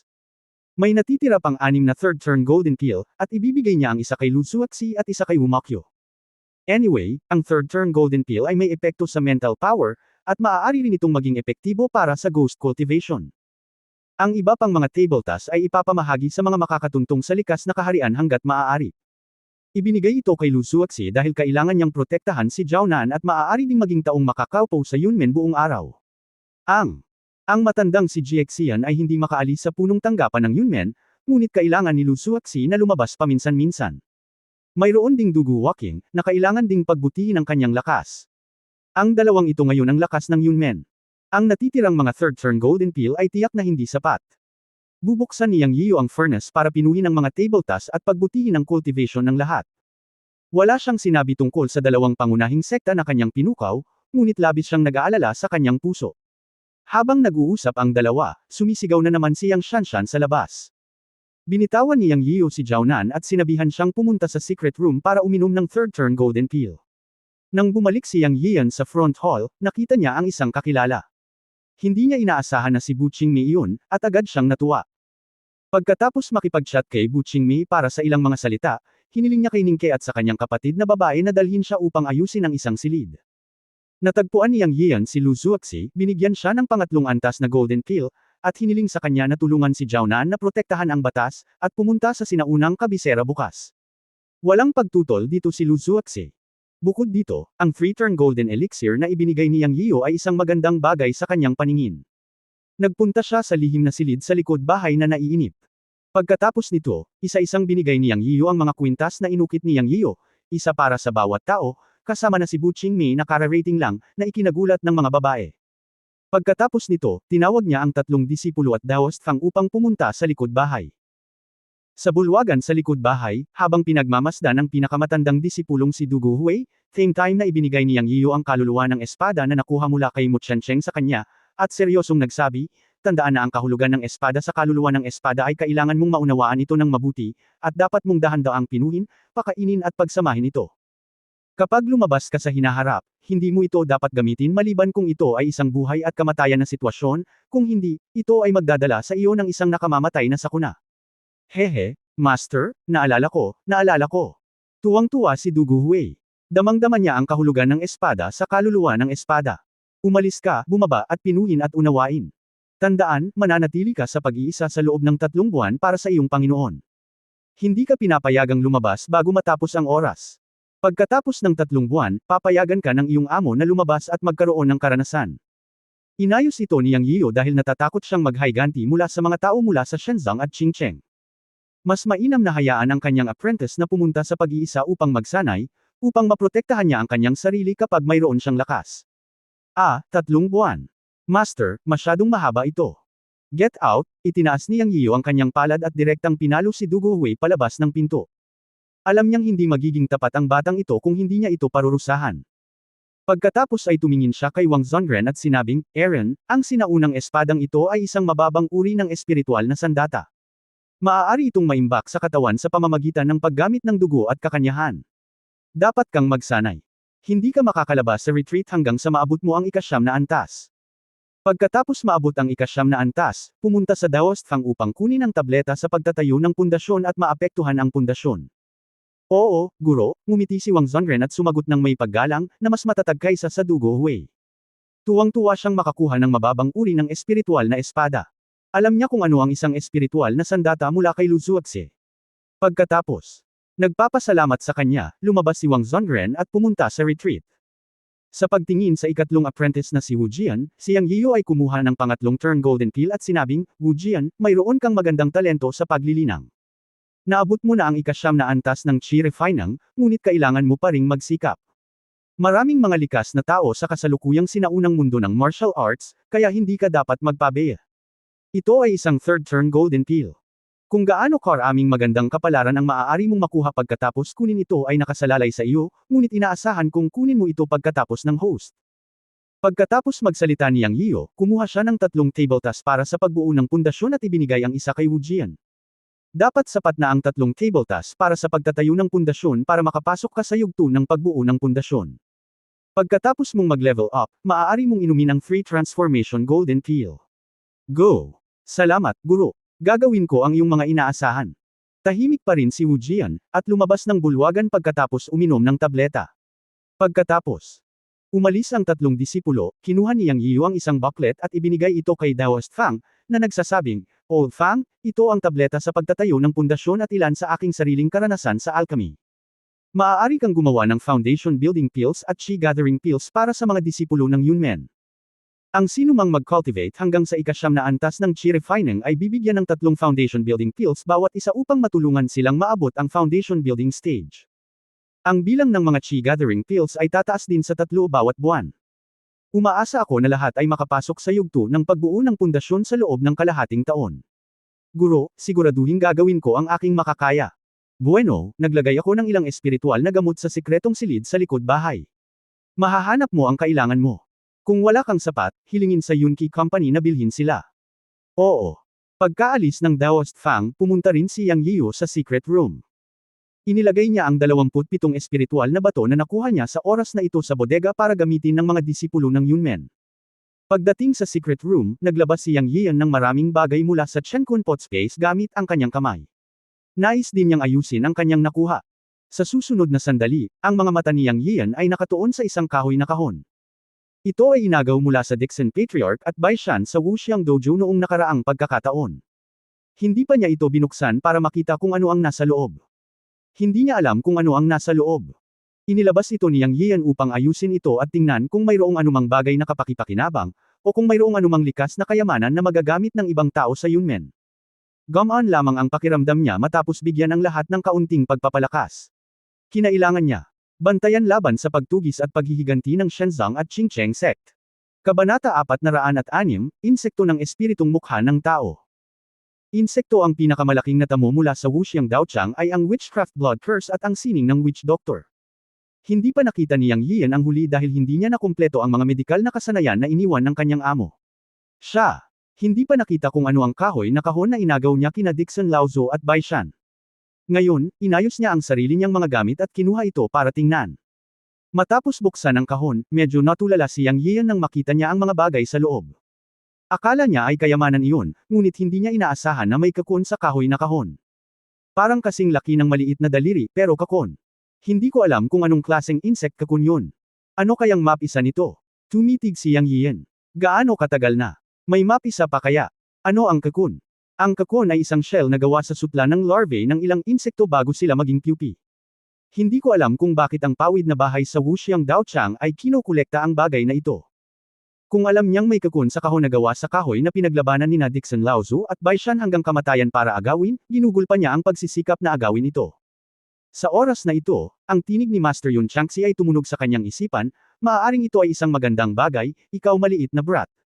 Subukang gamitin ang paraan ng paghahain ng dugo upang pinuhin ito at tingnan kung makakakuha ka ng isang sorpresa. Ang boses ni Yun Changxi ay napuno ng bakas ng pagkagulat at kawalan ng katiyakan. Matanda, hindi ito magic weapon. Kaya bakit kailangan mong gamitin ang paraan ng paghahain ng dugo para pinuhin ito? Inilibot ni Yang Yiyo ang kanyang mga mata at sinabi, "Pinahin mo lang kung hihilingin ko sa iyo. Bakit ang dami mong kalokohan? Dahil sinabi ko sa iyo, mayroon akong mga dahilan bilang isang guro." Naiinip na sabi ni Yun Changxi. Okay, susubukan ko, ngunit ito ay dapat na hindi pangkaraniwang makolekta ni Wu Xian. Habang nagsasalita si Yang Yiyo, pinilit niya ang isang patak ng dugo mula sa kanyang mga daliri papunta sa puting kakon na kasing laki ng kanyang maliit na daliri. Nang bumagsak ang dugo sa kakon, biglang kumislap ang halo, at pagkatapos ay nawala ang dugo sa isang iglap, na parang sinipsip ng buo. Pagkatapos ay biglang naramdaman ni Yang Yiyo ang mahinang sigla na nagmumula sa maliit na kakon na ito. Matandang lalaki, ang kakon na ito ay tila may mga palatandaan ng buhay. Nagulat si Master Yang Yiyo. Bilasan mo at ayusin mo. Napakalaki ng mundo na mayroong lahat ng uri ng kababalaghan. Ano ang kakaiba dito? Dapat mong malaman na ito ay isang bagay ng angkan ng mangkukulam at hindi maaaring bigyang kahulugan sa ordinaryong pag-iisip. Kung mayroong insekto o dragon sa kakon na ito ay natural na mabubunyag pagkatapos mong pinuhin ito. Ngayon ay tila buhay pa ang buhay sa loob. Kung ito ay mapisa ay depende sa iyong swerte. Sinasabing noong unang panahon, ang angkan ng mga mangkukulam ay may mataas na pari na nagpalaki ng mga kakaibang insekto sa mundo. Maaari silang magkaroon ng kapangyarihang iikot ang mundo at hindi sila magagapi. Saan man sila dumaan, sila ay naging mga buto, at lahat ng nabubuhay na bagay ay natatakot sa kanila. May mga alingaw-ngaw sa mundo na ang mga hayop bagamat ang mga brood ng mga sinaunang mangkukulam ay ang hari ng lahat ng bagay at nag-uutos sa lahat ng mga hayop, tanging mga insekto ang hindi napapailalim sa kontrol ng mga hari ng hayop, at sila ay independyente at kapantay sa kanila. Ito ang kaso na ang mga tao ay may mga tao na hari, ang mga hayop ay may mga hari ng hayop, at ang mga insekto ay may mga hari ng insekto. Sa madaling salita, ang mga insekto ay may mga hari, na maaaring maging kapantay ng mga tao at mga hayop. Sa teorya, ang bawat angkan ng insekto ay isang hari.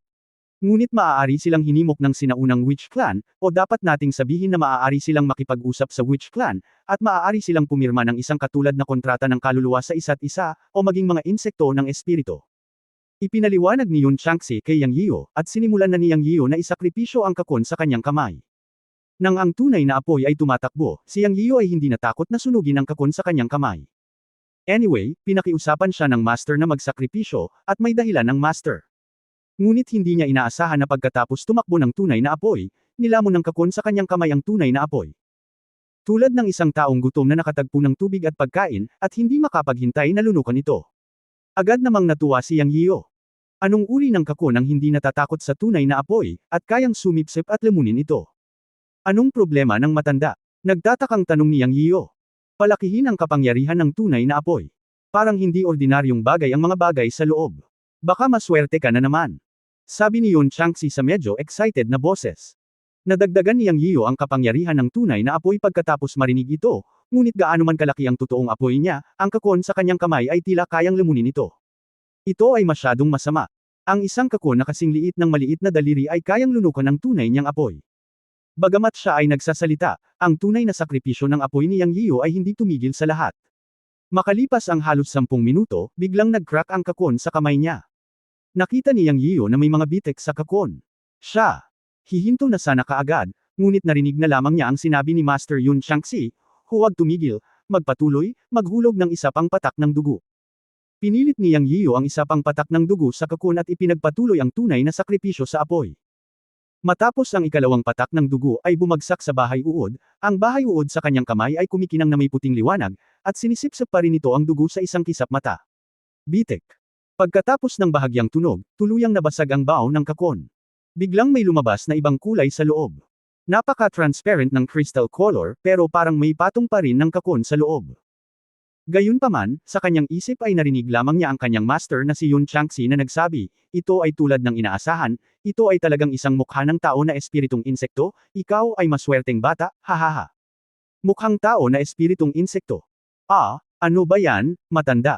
Ano ang nangyayari? Nang marinig ni Yang Yiyo ang kanyang master na nagsasalita tungkol sa mukha ng tao na espiritong insekto, isang imahe ng isang halimaw na may mukha ng tao at ang ibabang bahagi ng katawan ng isang uod na walang kamalay-malay na lumitaw sa kanyang isipan. Hindi niya maiwasang kiligin sa tanong niya. Ang mukha ng tao na espiritong insekto ay hindi isang ordinaryong insekto, ngunit isang top-notch na espiritong insekto sa mundo. Ang likas na pattern na lumalaki sa ulo nito ay parang mukha ng tao, kaya tinawag itong human-faced spirit insect. Noong una, naramdaman lang ng master na medyo magkapareho ang hininga, ngunit hindi siya sigurado. Ngunit ngayon pagkatapos masira ang isang layer ng kakon, ang kristal na kulay na ipinahayag ay ginagawang 70% sigurado ang master na ito ay ang mukha ng tao na espiritong insekto. Ang insektong ito ay ipinanganak na may kapangyarihang Seikiko at may malakas na kapangyarihang pangkaisipan. Ito ay immune sa 5 elemento ng hangin at kulog sa mundo. Ito ay napakabilis, at ang katawan nito ay maaaring malaki o maliit. Ang shell nito ay kasing tigas ng itim na bakal. Ang lakas ng impact ng pagsabog nito kapag lumipad ito ay maaaring makabasag ng bakal at bato. Pagkatapos lumaki, nag-drill ito sa langit at sa lupa, na siyang pinakamahirap na bagay para sa lahat ng bagay sa mundo. Pero hindi ko ini-expect na makakatagpo ka talaga ng isa. Ang iyong mundo ay nagiging mas mahiwaga. Maraming mga species na extinct sa mundo ng paglilinang ay aktwal na natagpuan ng mga bakas sa Earth. Ito ay talagang hindi ka panipaniwala. Tila ang mundo ng Earth ay dapat na ang isa sa alamat. Napahinto si Yun Changxi nang sabihin niya ito. Si Yang Yiyo ay nababalisa ngayon, ano ito? Bakit hindi mo sinasabi sa akin? Bakit ba ang dami mong tanong? Hindi maganda na marami kang alam. Tumutok sa sakripisyo at pagpipino, at pakiramdaman ng komunikasyon. Kapag lumaki ang mukha ng tao na espiritong insekto. Sa hinaharap, maaari kang maging hari ng mundo ng paglilinang. Ang mukha ng tao na espiritong insekto ay ipinanganak na may kapangyarihang Seikiko, ngunit napakahirap din itong paamuin. Ang tanging paraan ay hayaan itong kusang loob na kilalanin ka bilang kanyang Panginoon at pakainin ito ng higit na kakanyahan at dugo. Sa kabutihang palad, ang bagay na ito ay isang kakun pa rin, na siyang paunang estado ng pag-iisip. Kailangan mong pakainin ito ng asensya at dugo, upang ang mukha ng tao na espiritong insekto ay masira ang kakun at maging isang uod. Pagkatapos mapisa, makikilala ka nito bilang Panginoon nito. Pinagalitan ni Yun Changxi si Yang Yiyo at tumanggi na sabihin sa kanya kung anong mga lihim ang mayroon ng mundo. Ang matandang si Yang Yiyo ay walang magawa. Wala siyang choice kundi sabihin iyon. Siya. Maaari lamang mag-concentrate sa pagpino sa kakun sa kanyang kamay o sa mukha ng tao na espiritong insekto. Makalipas ang kalahating oras, may nag-click. Agad na pinaalalahanan ni Yun Changxi si Yang Yiyo na gumamit ng essence at dugo. Ang sulok ng bibig ni Yang Yiyo ay kumaibot habang ang isa pang patak ng dugo ay nahulog sa kakun. Reklamo niya, huwag mo akong iframe, matanda. Gaano karaming dugo ang aabutin upang magpatuloy sa ganito? Hindi ba ako papatayin nito? Sa tingin mo ba napakaganda ng magagandang bagay sa mundo? Mag-concentrate ka lang sa pagpino nito. Dapat itong mapisa pagkatapos ng 9 na beses. Sabi ni Yun Changxi. Oh my God, 9 na beses. Mamamatay na ako, matanda. Asensya ng dugo yun, hindi dugo. Ang bawat patak ay sinasayang ang aking buhay, napaungol si Yang Yiyo. Kung sasabihin ko sa iyo na kapag napisa na ang mukha ng tao na espiritong insekto, maaari itong makatulong sa iyo na labanan ang mga master sa huling yugto ng pagbuo ng pundasyon o maging ang yugto ng ginintoang elixir, sa tingin mo pa ba ay sobra-sobra na ang 9 na patak ng asensya ng dugo? Nagmura si Yun Changxi. Masaya si Yang Yiyo sa pagkakataong ito. Kung iyon ang kaso, siya ay gagawa ng 90 patak, hindi banggitin ang 9 na patak ng asensya ng dugo. Agad siyang naging masigla at nagsimulang mag-concentrate sa pagpino nito. Lumipas ang oras sa bawat minuto, at hindi alam ni Yang Yiyan kung gaano na ito katagal. Nang ang ika-9 na patak ng dugo ay bumagsak sa kakon sa kanyang kamay, isang makulay na liwanag ang biglang lumabas mula sa maliit na kakon, na sobrang nakakasilaw kaya hindi napigilan ni Yang Yiyan na ipikit ang kanyang mga mata. Kasabay nito, naramdaman niya ang isang malakas na hininga na nagmumula rito, na katulad ng panggigipit ng matanda na nanglamlam sa kanya nang makasalubong niya ang matanda. Gayunpaman, pagkatapos ng maingat na pakiramdam, ito ay mas malala pa rin kaysa sa momentum ng matanda. Sa susunod na sandali, matapos maramdaman ang pagkawala ng liwanag, dahan-daang iminulat ni Yang Yiyan ang kanyang mga mata. Pagtingin sa ibaba, agad na nanlaki ang mga mata ni Yang Yiyan. Sa pagtingin sa maliit na bagay sa palad ng kanyang kamay, si Yang Yiyan, isang matandang lalaki, ay nag-ilusyon ng pagiging cute. Ang orihinal na haba ng kalingkingan, ngayon ay naging punto ng kalingkingan ng isang kalamidad. May mga batik ng 7 kulay sa buong katawan, isang pares ng mga galami na parang balbas, at mga payat na binti na may mabalahibong barbs. May pares ng bilog na mata sa ulo, na siyang kulay ng refleksyon ng pula, at napaka-cute nito sa chubby nitong hitsura. Katulad ng sinabi ni Master. Kung titingnang mabuti, may pattern sa tuktok ng ulo nito na parang mukha ng tao. Kabanata 407 Nagugutom si nanay. Ito ba ang mukha ng tao na uod? Tanong ni Yang Yiyo sa kanyang amo. Aba, larva na lang ngayon. Kailangan mong pakainin ito ng isang patak ng asensya ng dugo araw-araw. Ano? Isang patak araw-araw. Ang isang patak ay itinuturing na maliit. Habang lumalaki ang uod na mukha ng tao, ang pagsipsip ng dugo nito ay tataas ng husto. Okay, gamitin ang iyong mental na kapangyarihan upang subukang makipag-usap dito upang makita kung maaari kang makipag-usap. Dapat ay posible na makipag-usap. Kapag ito ay lumaki, malalaman mo kung gaano kalaki ang tulong nito para sa iyo.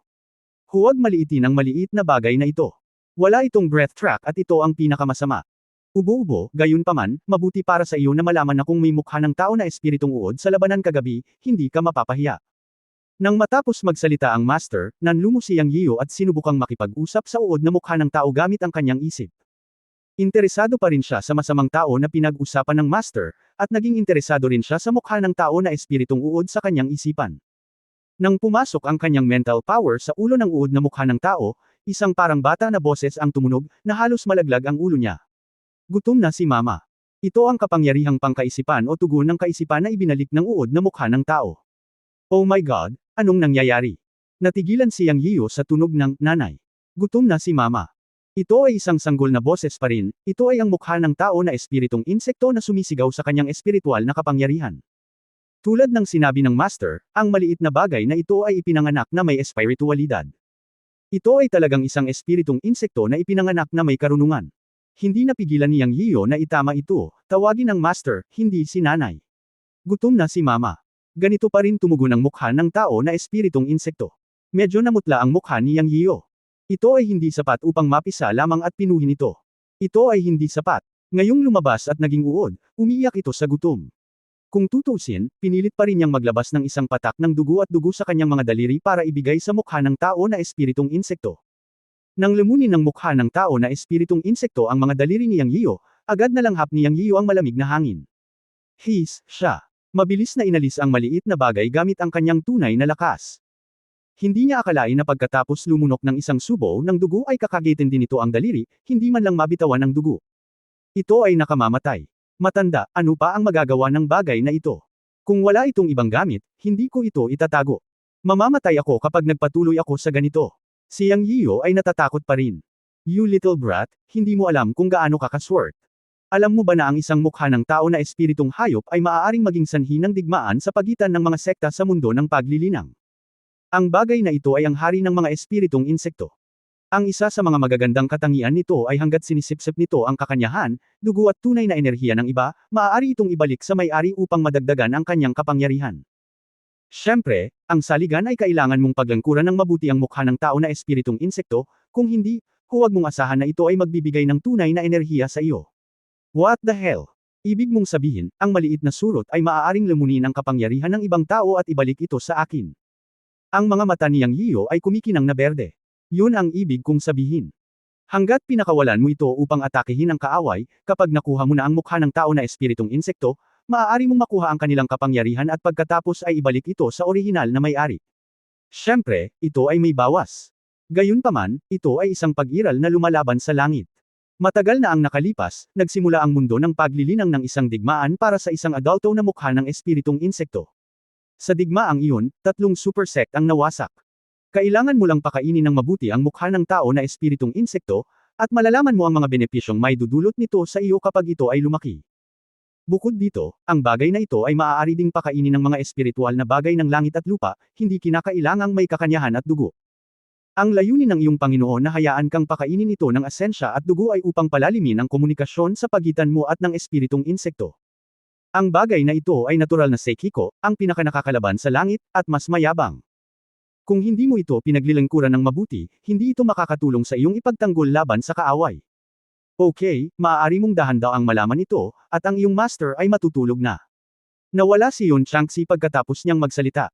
My goodness, ito ay simpleng bersyon ng insekto ng star-absorbing technique, tiningnan ni Yang Yiyo ang maliit na mukha ng tao na espiritong insekto sa kanyang palad, at ang kanyang laway ay umagos pababa. Naisip ko na ang pamumuhunan na ito ay ganap na posible. Bagamat maliit pa ito ngayon, malaki ang babalik kapag ito ay lumaki. Trituhin lamang ito bilang isang pangmatagalang pamumuhunan. Ito ay pareho para sa Daor Xiangxiang at Hao Dudo. Kaya lang, masyadong maluwag si Yang Yiyan sa dalawang lalaking iyon. Pagkatapos bumalik sa kanilang bayan, sina Daor at Hao Dudo ay naging mga ligaw na kabayo na nakalaya mula sa kanilang mga renda at tumakbo ng ligaw sa buong bundok. Gayunpaman, sa kanilang sariling teritoryo, hindi nag-aalala si Yang Yiyan na magkagulo sina Daor at Hao Dudo. Ngayon ay may isa pang maliit na bug, at ito ay isang espiritual na bug pa rin na may malaking potensyal, ngunit ito rin ay isang espiritual na bug na may mas malaking halaga. Sa pagtingin sa mukha ng tao na espiritual na bug, sinabi ni Yang Yiyan sa kanyang mental na kapangyarihan, mula ngayon, ikaw ay tatawagan na isang bug. Gutom na si Mama. Ito ay ang parehong pangungusap muli. Napaawang ang bibig ni Yang Yiyan. Bueno, si Yang Yiyan ay nagpakain ng isa pang patak ng dugo na may luha. Pagkaraan ng ilang beses, natagpuan ni Yang Yiyan ang tanong at sagot. Ibig sabihin may tubig siya sa ulo, dahil nalaman niyang isang sentence lang ang sagot ng surot, gutom na si nanay. Sa madaling salita, ang surot ay hindi makapagsalita ng ibang salita, kahit ano pa ito ay isang pangungusap lamang, si nanay ay nagugutom. Dahil dito, naisip ni Yang Yiyan na talagang gutom ang surot, kaya pinakain niya ito ng ilang patak ng asensya ng dugo, ngunit nanginginig din siya at muntik nang mahulog sa lupa.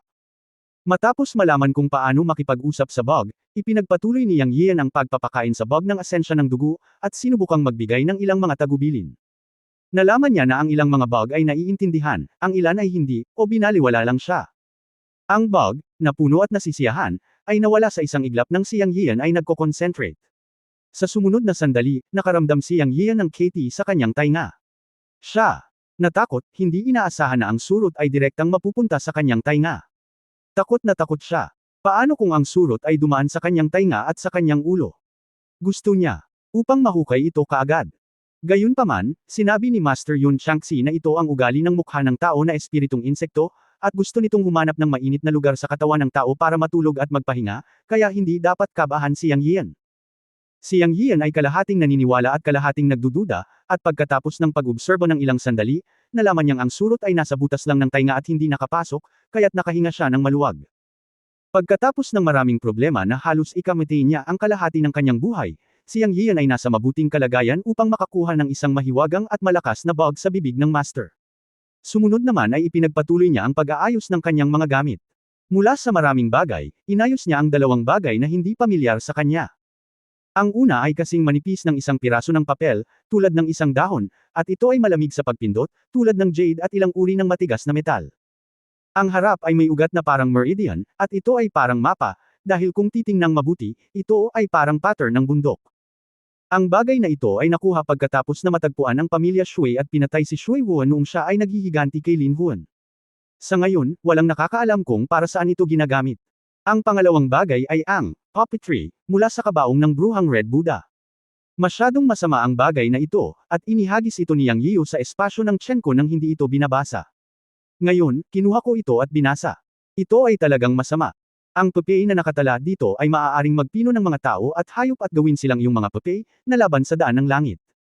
Gayunpaman, pagkatapos itong ilabas ni Yang Yiu ngayon, lihim niyang napagpasyahan na ibigay ang puppetry sa magkapatid na Wu Mokyo at Qiao Fu para magsanay. Anyway, may mga ghost magic spells dito, na bagay din para sa kanilang tatlo na magsanay. Kung noon, hindi hahayaan ni Yang Yiu na magsanay ang tatlong tao, ngunit ngayon ay iba na ang sitwasyon. Pinukaw niya ang dalawang pangunahing sekta ng Shenzong at Xingcheng. Ang lakas ng mga tao ng Yunmen ay hindi mataas sa pangkalahatan, at wala silang kapangyarihan sa pagprotekta sa sarili. Simple lang. Hayaan si Qiao Fu at ang dalawa pang magsanay upang madagdagan ang kanilang sariling lakas. Isa pa, ang mabuti at masama ay pinag-iisipan lamang. Depende ito sa kung ano ang gagamitin. Hanggat sinabihan ng tatlong tao na huwag dalisean ang lahi ng tao at huwag gawin ang mga bagay na nasa paglilingkod sa langit, hindi imposible. Sa kabilang banda, sikat din ang paraan ng mga puppet sa mundo ng paglilinang, at hindi ito paraan ng kasamaan. Nang pumunta siya upang iligtas si Liu Zeki kagabi, dapat ay nagdala siya ng tatlong ghost cultivator kasama niya, na maaaring makatulong, ngunit hindi niya masyadong inisip. Sa tatlong tao, tanging ang paglilinang ni Wu Mokyo ang pumasok sa yugto ng pagbuo ng pundasyon. Sa pag-iisip na manatili sa bahay upang alagaan siya, dinala lang niya si Lu Zuoxi, na pumasok na rin sa yugto ng pagtatayo ng pundasyon, at naisip na sapat na ito. Sinong mag-aakalang magiging halimaw ang taong nakilala niya kagabi? Ngayon iniisip ko na dapat kong pagbutihin ang lakas ng tatlong ghost cultivator, para maprotektahan ko ang kaligtasan ng lahat kapag wala na ako sa bahay sa hinaharap. Lalo na si Wu Mokyo, mayroon siyang pinakamahusay na talento, na maaaring gawin siyang master ng Yunmen kung lalayo pa siya. Walang espesyal sa iba pang mga bagay, tulad ng mga spirit stone, at iba pa. Itinago ni Yang Yiu ang ilan para sa kanyang sarili, at ang iba ay nakaimbak lahat sa bodega para sa Daoist Fang upang pinuhin ang mga pildores na gagamitin ng mga disipulong Yunmen. Siyempre, para sa espiritual na gamot, itinanam niya ang lahat ng nakuha niya mula kay Wudang Chenju sa espasyo ng Chenkun Pot. Sa akumulasyon, naniwala siya na mabilis silang lalago. Ang espiritual na enerhiya sa espasyo ng Chenkun Pot ay mas makapal kaysa sa labas ng mundo, na angkop para sa paglago ng espiritual na gamot. Pagkatapos ilagay ang puppetry technique at ayusin ang mga gamit, tumayo si Yang Yiu at naglakad papunta sa dingding, iniunat ang kanyang kamay at pinindot ang isang sikretong compartment. Matapos ang isang dagandong, isang lihim na pinto ng kompartimento ang lumitaw sa dingding. Isang napakaitim na sinaunang espada ang nahayag sa loob. Ang espadang ito ay ang Dragon Slaying Sword na nakuha niya mula sa mga buto ng dragon ng Fairy Pond. Hindi niya ito gaanong nagamit dahil hindi niya ito mailagay sa Chenkun Pot. Ngayon ay susubukan ni Yang Yiu na gamitin ang paraan ng paghahain ng dugo upang pinuhin ito at tingnan kung maaari niya itong pinuhin at gamitin. Kahit si Master Yun Changxi ay hindi masabi kung anong klase ng magic weapon ang Dragon Slaying Sword. Kabanata 408, ang Pamilya Dugo. Hindi ko alam kung mapapino ang Dragon Slaying Sword.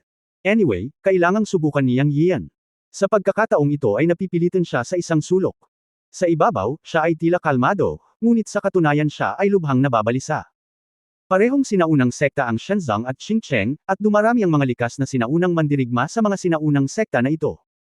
Higit sa lahat, noong pinatay si Ding Chan, binyantaan siya ni Ding Chan, na sinasabing ang Shenzong ay may ikasyam na antas ng likas. Ito ang ikinababahala ni Yang Yian. Kung mas huli ang pagsasanay, mas malinaw ang pagkakaiba. Ang likas na antas ng mga sinaunang mandirigma ay isang antas na mas mataas kaysa sa langit, at gayon din sa paglilinang. Nasa ika-4 na antas pa lamang siya ng panahon ng pagtatayo ng pundasyon ngayon, at lahat ng uri ng paraan ay lumitaw, at kaya niyang labanan ang likas na antas 7. Ngunit paano haharapin ang likas na antas 8 o 9? Sa makatuwid, iisa lang ang ideya ni Yang Yian sa kanyang isipan, sinusubukan ang lahat ng posibleng paraan upang mapabuti ang kanyang pagiging epektibo sa pakikipaglaban. Magiging mahusay kung ang Dragon Slaying Sword ay maaaring pinuhin para sa kanyang sariling paggamit. Ang koleksyon ngayon ng mga nadagdag ay para mapataas din ang kabuuang lakas ng mga disipulo ng Yunmen. Hindi siya maaaring manatili sa bahay araw-araw nang hindi lumalabas, at ganoon din sa iba. Bagamat may isang matandang lalaki na maaaring nalampasan ang likas na diwata ng alak na nagbabantay sa punong tanggapan ng Yunmen, hindi maasahan niyang Yiyo sa buong buhay niya ang baliw na matanda, tama ba? Sa pamamagitan lamang ng patuloy na pagsusumikap upang mapabuti ang kanyang sariling paglilinang ay ang makaharing paraan. Dapat matigas ang bakal. Naiintindihan ng lahat ang katotohanan ito. Kinuha niya ang Dragon Slaying Sword sa kanyang kamay, isang patak ng dugo ang tumulog dito, at ang tunay na apoy ay nagsimulang tumakbo at nagsimulang magsakripisyo. Tulad ng unang pagtatangkang tumulo ng dugo, hindi pa rin naabsorb ng Dragon Slaying Sword ang dugo. Ito ang nagpalubog sa puso ni Yang Yiyo. Ngunit pinasigla rin nito ang kanyang matigas ang ulo. Kuya, hindi ako naniniwala na hindi ka kayang baguhin ng sakripisyo. Bumulong siya, pinalakas ang kapangyarihan ng tunay na apoy, at nagpatuloy sa pagpino. Ang matigas ang ulo ni Yang Yiyo ay lumitaw, at siya ay tulala, na nakikipaglaban sa Dragon Slaying Sword. Dahan-dahan siyang nagtiis sa ilalim ng tunay na sakripisyo sa apoy, pinanghahawakan ng ideya na gawing tubig ang Dragon Slaying Sword. Ang Dragon Slaying Sword ay nakipaglaban din kay Yang Yiyo, kahit paano niya ginamit ang tunay na apoy para magsakripisyo, hindi ito gumagalaw. Galit na galit si Yang Yiyan kaya nagmura siya, nakakainis na espada, mas masahol pa ito sa isang piraso ng sirang tanso at bulok na bakal. Nang matapos siyang magsalita, naramdaman niyang nanginginig ang Dragon Slaying Sword sa kanyang kamay. Ha! Gumagalaw ang puso ni Yang Yiyan, may espiritu kaya sa loob ang bagay na ito. Ang ritual ay hindi gumana, at sinumpa niya ito bilang isang piraso ng sirang bakal, at ito ay gumanti. Anong kalokohan? Kung hindi mo ito magagamit, scrap metal ka lang, nalaman niyang nagumana ang pagmumura, kaya itinigil niya ang ritual at nagsimulang magmura. Kaagad, siya ay naging isang lansangan na nagmumura. Habang nagmumura siya, ang Dragon Slaying Sword ay lalong nanginig. Habang nagmura si Yang Yiyan, mas malala ang tunog nito. Sa isang tiyak na sandali, isang nakasisilaw na pilak na ilaw ang sumabog, at nagkaroon ng putok. Naramdaman lamang ni Yang Yiyan ang pulikat sa kanyang ibabang tiyan, at ang Dragon Slaying Sword sa kanyang kamay ay nawala. Puff! Isang subo ng dugo ang biglang tumalsik. At malinaw niyang naramdaman ang isang sinaunang espada na lumitaw sa kanyang dantian, iyon ay ang Dragon Slaying Sword. Ngunit sa sandaling ito ang Dragon Slaying Sword ay lubos na nagbago, ang buong katawan ay naging pilak, nagniningning sa malamig na liwanag, na nakabitin sa itaas ng dantian na tinatamasa ang pagpapakain ng tunay na chi. Tanging isang butas ng dugo ang lumitaw sa ibabang bahagi ng tiyan ni Yang Yiyo. Mga alon ng cramps. Ito ay isang murang espada. Sa oras na ito, sigurado siya na ang Dragon Slaying Sword ay may espiritu, at pagkatapos magmura, nag-drill siya sa dantian. Ngunit gumanti siya kay Yang Yiyo, sinaksak ang isang butas ng dugo sa kanyang ibabang tiyan. Ang butas ng dugo ay isang maliit na bagay, at ang isang patak ng tubig ng buhay ay maaaring ayusin ito. Sa oras na ito, sa wakas ay tumawa siya. Hindi niya inaasahan na makikilala ng Dragon Slaying Sword ang master nito sa ganitong paraan. Ito ay parehong nakakatawa at walang magawa. Kahit na ito ay ang multo ng Dragon Slaying Sword, dapat itong magmukhang isang kakaibang bagay. Sa isip niya, naramdaman din niya ang hindi nakikitang koneksyon sa pagitan niya at ng Dragon Slaying Sword. Sa isang pag-iisip, tinawag niya ito. Biglang lumitaw ang Dragon Slaying Sword sa kanyang kamay. Kinuha niya ito sa kamay at tinignan. Natagpuan ni Yang Yiyo na ang madilim na kulay sa Dragon Slaying Sword ay nawala. Ang espadang ito ay pilak, na may halo na dumadaloy dito. Ang naunang pagsabog ay dahil nagising ito pagkatapos ng mahimbing na pagtulog.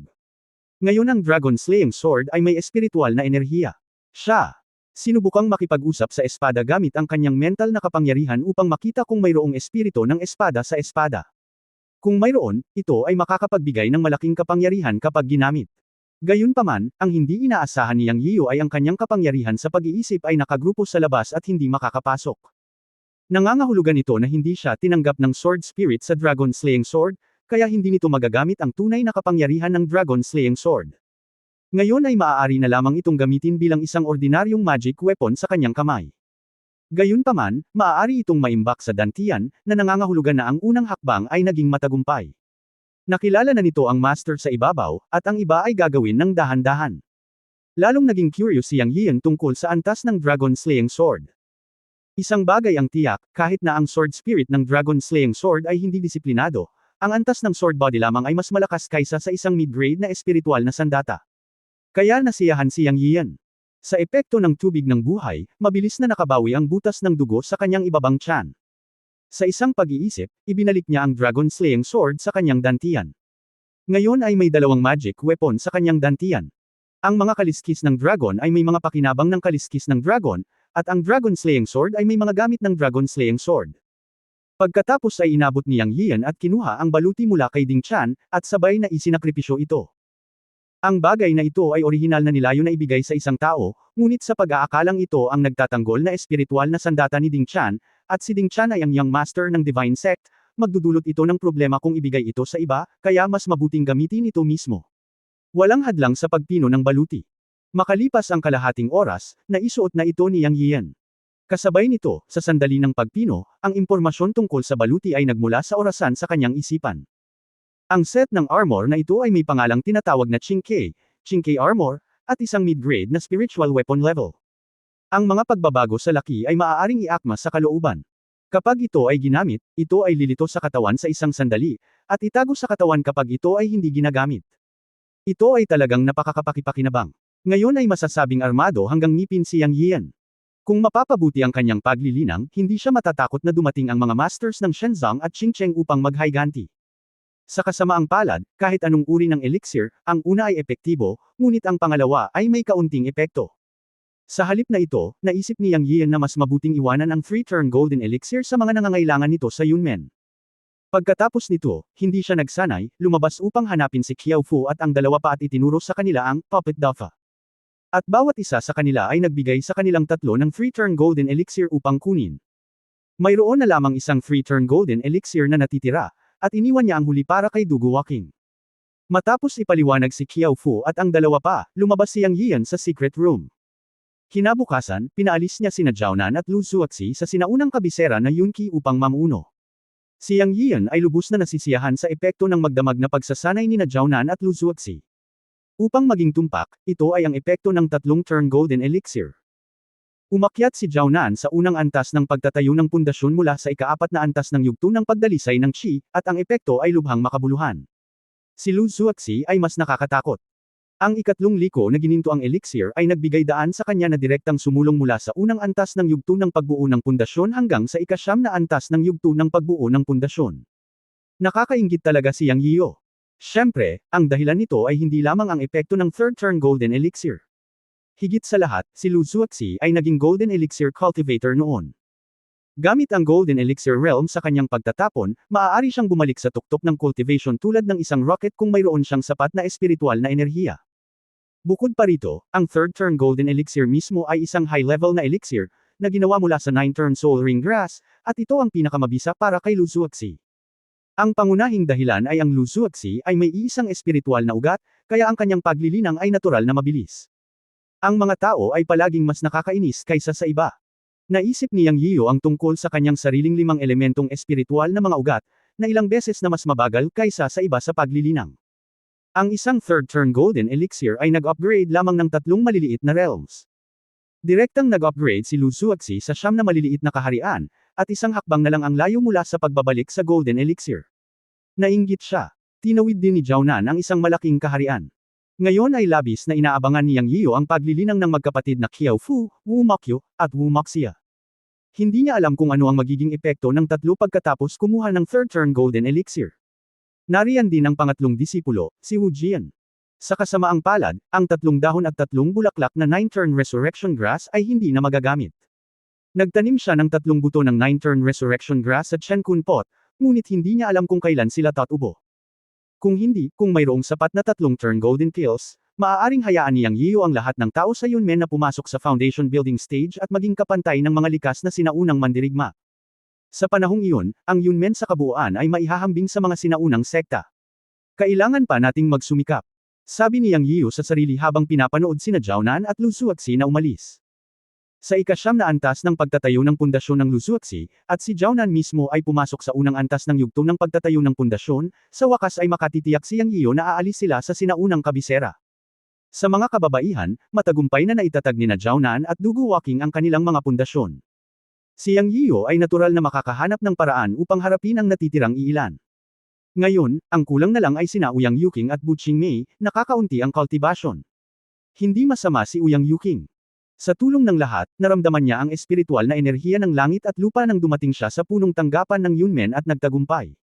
Si Bu Qingmei lang ang kara-rating lang sa Yunmen at isa pa ring ibong damo.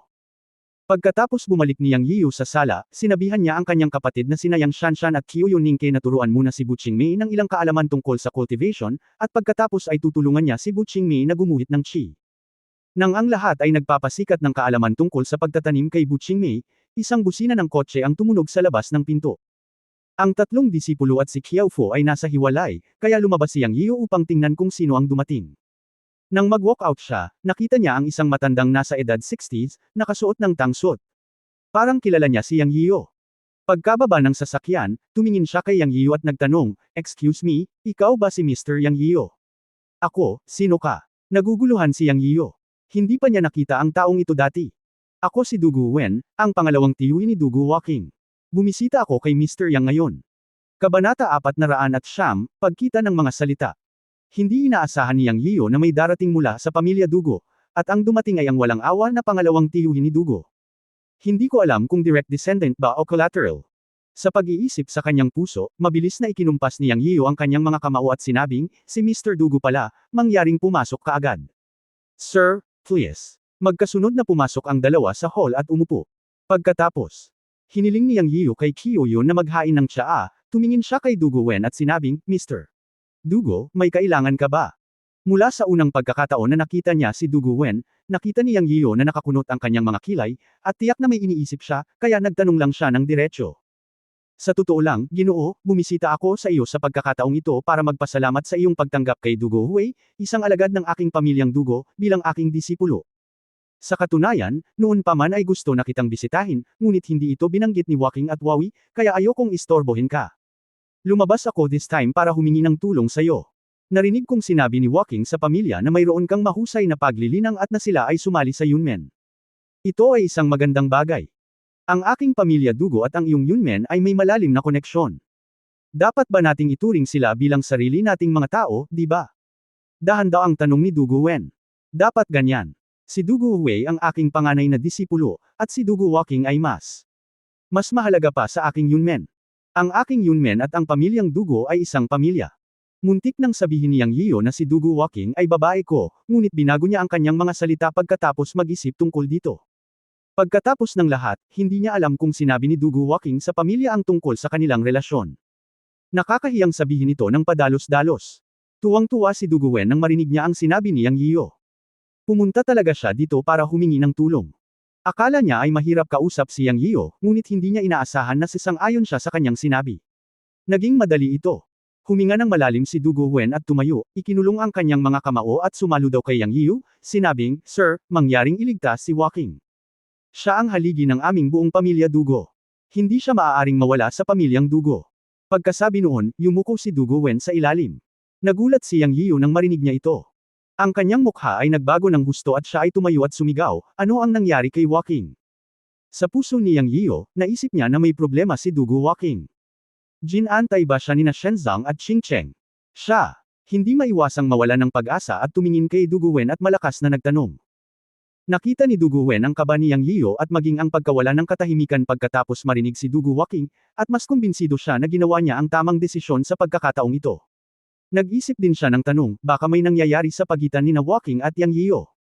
Siyempre, wala siyang panahon para harapin ang mga tanong na ito sa tsismis, kaya mabilis niyang sinabi kay Yang Yiyu, "Sir, ganito po." Pagkabalik ni Walking sa pamilya, 2 araw lang ang nakalipas, bigla niyang sinabi na gusto niyang sumamba sa kanyang mga magulang. Pagkatapos niyang umalis sa pagkakataong ito, hindi na siya muling nagpakita. Ang problema ay ang lugar ay isang bawal na lugar para sa pamilya Dugo. Ito ay isang bitag kapag napasok mo ito. Nawala ang mga magulang ni Dugo Walking sa lugar na iyon. Si Dugo Walking ay pumasok minsan ilang taon na ang nakalipas at halos hindi na lumabas. Paglabas niya, pumangit ang mukha niya. Ngayon pagkatapos niyang pumasok muli, ang lahat sa pamilya Dugo ay labis na nag-aalala. Sina Walking at Wawi ang pinakamahusay sa mga kabataang henerasyon ng pamilya Dugo, at sila lang din ang mga potensyal na miyembro.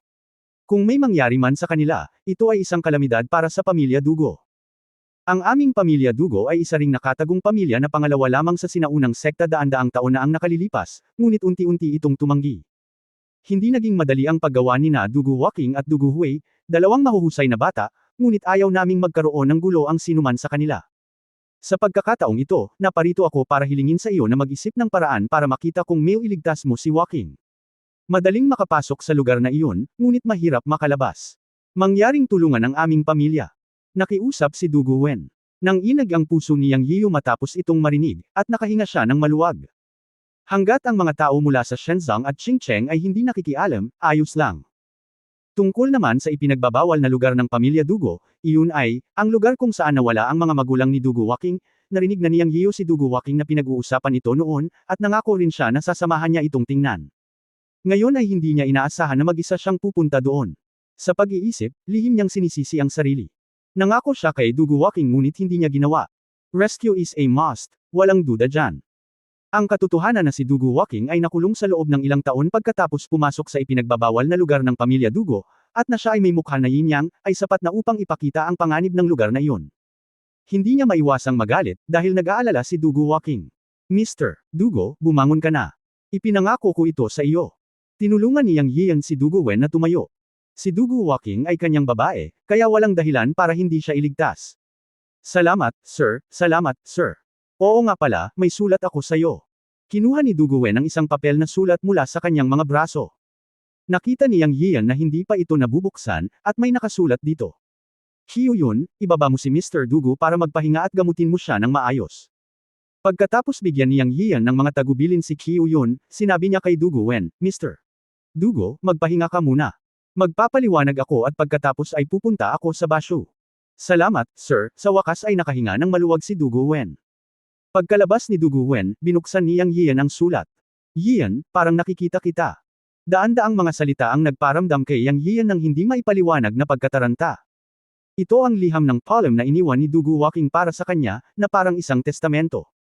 Sa liham, ipinagtapat ni Dugu Waking ang kanyang nararamdaman para kay Yang Yian, sinabing wala siyang pinagsisisihan. Bagamat hindi niya sinabi na pupunta siya sa ipinagbabawal na lupain ng pamilya Dugo, sinabi niya na kung hindi siya makakabalik sa hinaharap, hihilingin niya kay Yang Yian na alagaan ang kanyang kapatid na si Dugu Hui. Anyway, puno ito ng determinasyon. Si Yang Yian ay labis na naguguluhan. Mula sa nilalaman ng liham, naramdaman din ni Yang Yian ang pag-aatubili ni Dugu Waking. Matapos basahin ang sulat, tumayo si Yang Yian at dumiretso sa bundok ng lumang nayon upang hanapin ang matandang si Jiexian. Nagpasya siyang pumunta sa basyo at pumunta kaagad. Dugu Waking. Nagpahayag ng hininga na hindi siya makakabalik sa pagitan ng mga linya, na nagpapakita na ang ipinagbabawal na lupain ng pamilya Dugo ay talagang mapanganib. Kung siya ay huli na, kung si Dugu Waking ay nagkaproblema, pagsisisihan niya ito sa natitirang bahagi ng kanyang buhay. Pinuntahan niya ang matandang lasing para sabihing aalis na siya at pinakiusapan niya itong bantayan ang bahay. Direktang sinabi ng matanda, iwan mo sa akin ang lahat ng masasarap na alak mo, at maaari nating pag-usapan ang lahat. Alam niyang Yiyo ang init ng ulo ng matanda, kaya handa na siya bago umakyat sa bundok. Inilagay niya ang isang malaking kahon sa kanyang mga bisig sa harap ng matanda at sinabi, Grand Elder, may 6 na garapon sa kabuuan. Wala pa akong nainom kahit isang lagok. Nandito silang lahat. Habang nagsasalita, binuksan niyang Yiyo ang kahon upang ipakita sa matanda.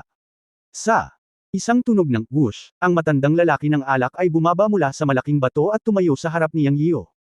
Para itong multo, at ang bilis ay napakabilis kaya nagulat si Yang Yiyo. Sa pagpapabuti ng kanyang paglilinang, naramdaman ni Yang Yiyo na ang matandang lalaki ng alak ay hindi maarok. Hehe, medyo mabait ka, huwag kang mag-alala, paprotektahan ko ang mga tao ng Yunmen. Gustong marinig ni Yang Yiyo ang nangingibabaw na mga salita ng matanda. Sa katunayan, ito rin ay isang pagpapakita ng lakas.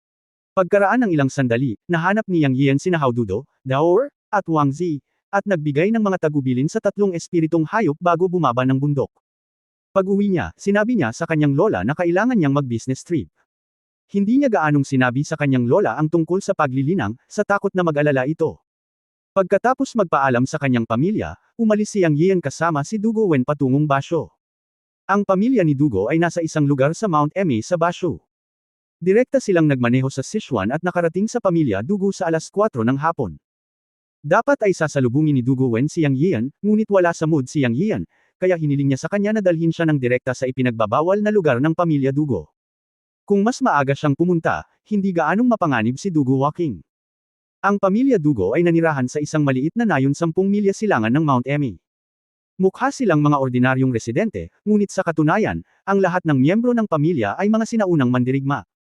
Ang ipinagbabawal na lugar ng pamilya Dugo ay nasa isang maliit na lambak sa silangan ng Nayon. Matapos sundan si Dugo Wen sa lambak, nakarating sila sa paanan ng isang bundok sa lambak sa halos kalahating oras. Isang bangin na tumagos sa mga ulap ang lumitaw sa paningin. Mula sa malayo, malamang na mahigit 1,000 talampakan ito. Sabi ni Dugo Wen, "Sir, pagkatapos mong umakyat sa bundok na ito, mararating mo ang bawal na lugar ng pamilya Dugo. Ang aming pamilya ay nawalan ng mga talento at walang likas na tao ang umiiral. Hindi tayo maaaring umakyat sa antas ng dark energy cultivation. Tanging si Dugo Walking at ang kanyang mga magulang ay likas na sinaunang mandirigma. Ngunit ang mga magulang ni Walking ay nawala sa ipinagbabawal na lugar 30 taon na ang nakararaan. Ito ang dahilan kung bakit laging gustong pumunta ni Walking sa ipinagbabawal na lugar para hanapin ang kanyang mga magulang. Ako ay walang kakayahan at maaari ka lamang ipadala dito. Sabi ni Dugo Wen. Bumalik ka, aakyat ako mag-isa. Pagkatapos sabihin iyon, ginamit ni Yang Yian ang wind control technique at direktang lumipad. Makalipas ang halos 1,000 talampakan, bigla niyang naramdaman ang isang invisible pressure na lumitaw, na halos nagpabagsak sa kanyang katawan. Mabilis niyang inabot at hinawakan ang pader ng bundok at dahan-daang umakyat. Ang talampas na pinutol ng kutsilyo ay kasing patayo ng salamin, at sa presyon pagkatapos ng 300 talampakan, talagang imposibleng umakyat ng walang likas na paglilinang. 10 daliri ang nagpalipat-lipat ng totoong enerhiya, at sa bawat oras na tumusok ito sa batong pader, mabilis na umaakyat si Yang Yian na parang gagamba. Makalipas ang 1 oras, tuluyan na siyang nakaakyat sa tuktok ng bundok. Matapos makita ang eksena sa bundok, hindi niya napigil ang magmura, nakaka-rip off. Kabanata 410, ang Magical Monster. Ang buong tuktok ng bundok ay hindi masyadong malaki. Sa unang tingin, parang mga 80 hanggang 90% pa. Siguro dahil sa sobrang taas, walang malalaking halaman, ilang damo lang. Meron. Walang paraan upang pumunta sa lahat. Paano ito ang bawal na lugar ng pamilya Dugo? Gayunpaman, pagkatapos na lumakad si Yang Yian sa gilid, sa wakas ay nakakita siya ng ilang misteryo. Ang bundok na ito na 1,000 talampakan ang taas ay parang 2 gilid ng salamin. Kailangan mong umakyat mula sa harap at bumaba mula sa likod. Ang dahilan ng pagbaba niya ay nakita niyang may sinkhole sa likod, isang malaking sinkhole. Pagtingin sa ibaba, ito ay isang tanawin ng mga ulap at ambon, at hindi mo makita kung ano ang nasa ibaba. Mayroon ding invisible pressure sa buong tuktok ng bundok, at hindi magagamit ang wind control technique. Ngayon parang kailangan pa niyang humiga sa bangin sa likod. Baka ang sinkhole sa ibaba ay ang bawal na lugar ng pamilya Dugo. Hindi ko alam kung anong klaseng lugar ta. Walang pagpipilian si Yang Yian. Tinusok pa niya ang mga kamay sa bangin at nagsimulang bumaba. Ito. Inabot ng 2 oras si Yang Yian para bumaba. Noong 300 talampakan pa ang layo niya, nawala ang invisible pressure sa hangin, at pagkatapos ay ginamit niya ang wind control technique para lumipad pababa. Kapag lumilipad pababa, nakatingin sa ibaba mula sa itaas, may makapal na hamog sa ibaba, at imposibleng makita kung gaano kalalim ang buong sinkhole, ni hindi niya alam kung ano ang nangyayari sa ibaba. Nais ni Yang Yiu na palabasin ang kanyang espiritual na pakiramdam upang suriin, ngunit nalaman niyang ang lugar na ito ay hamarang sa kanyang espiritual na pakiramdam, at ngayon siya ay naging isang bulag na may bukas na mga mata. Ito ay inaasahan na hindi niya magagamit ang kanyang espiritual na kahulugan. Ang lugar na ito ay isang ipinagbabawal na lugar sa bunganga ng pamilya Dugo. Sinabi rin sa kanya ni Dugo Walking ang tungkol sa kakaiba ng lugar na ito. Normal lang na hindi ito ordinaryong lugar.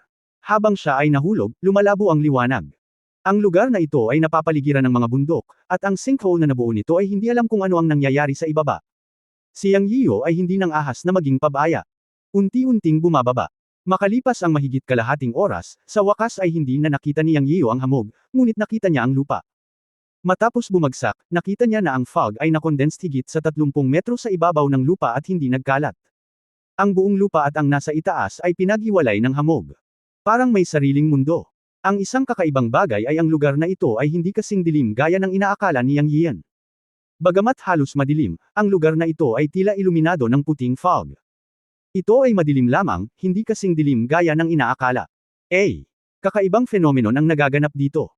Mukhang napakalaki ng lugar na ito, at walang katapusan. Hindi ito katulad ng Tiankeng na nakikita mula sa tuktok ng bundok.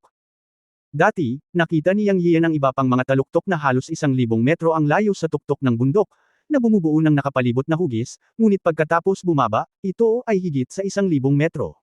Ito ay mas katulad pagpasok sa isang lambak, o ibang mundo. Pagkaraan ng ilang sandali pasulong, natukoy ni Yang Yian na ito ay isang natural na Tianqing na lugar, ngunit ito ay hugis parihaba, kaya tila walang katapusan sa isang sulyap, at ang lapad ay libu-libong metro rin ang lapad. Ang kapaligiran sa paligid ay naging dalawang sukdulan. Ang dulong timog ay baog, habang ang hilagang dulo ay malago at luntiang may mayayabong na halaman. Sa isang tiyak na sandali, biglang nakita ni Yang Yian ang mga bakas ng paa na lumitaw ng higit sa 10 metro sa harap ng dulong timog. Nagmamadali siyang lumapit para tingnan at kinumpirma na ito ay isang bagong bakas, at ang bakas ng paa ay napakanipis, ibig sabihin, ito ay bakas ng paa ng babae. Naisip niya na malamang ay iniwan ito ni Dugu Walking. Sa pag-iisip nito, sinundan ni Yang Yiyo ang mga yapak. Inaasahan niyang mahanap si Dugu Walking. Nang lumakad si Yang Yiyo ng ilang daang metro, biglang lumabo ang ilaw sa harapan. Tumangala siya at nakita niya ang isang malaking bundok, na isang natural na kuweba. Ito ay 3 o 400 metro ang haba at 30 o 40 metro ang taas. Sa pag-asa, ito ay napakadilim, at imposibleng makita kung gaano kalaki at kalalim ang kuweba. Wala.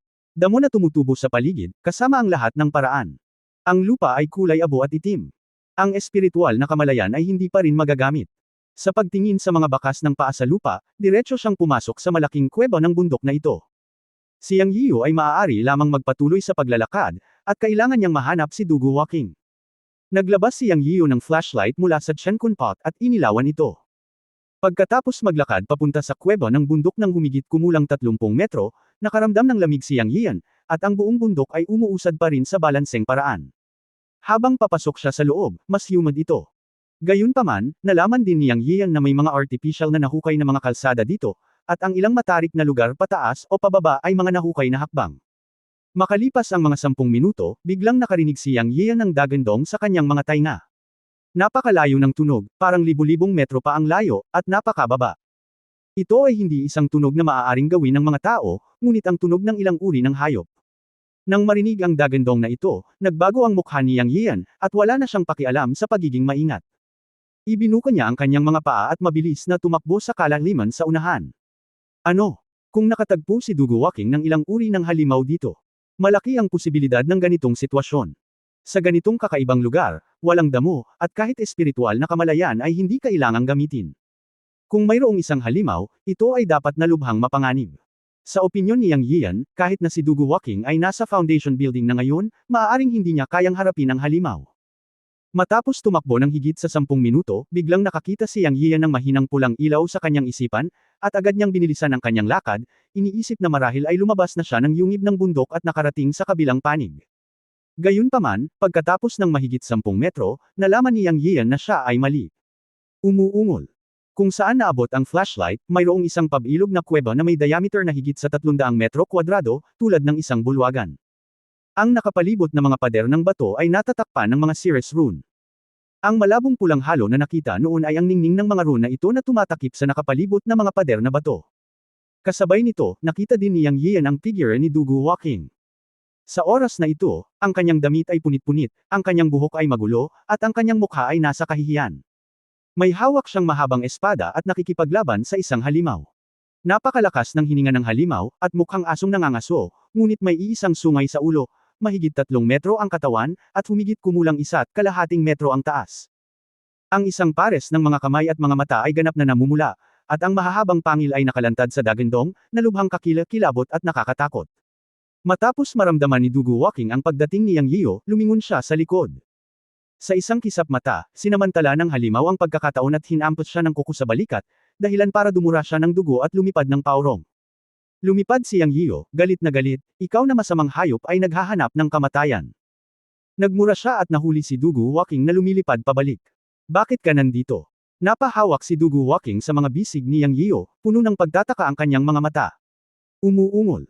Sa oras na ito, ang parang asong halimaw ay umungal at sinuntok sina Yang Yiyo at Dugu Walking, binuka ang dagwang bibig nito gamit ang mahabang pangil at tinutukan ang leeg ni Yang Yiyo.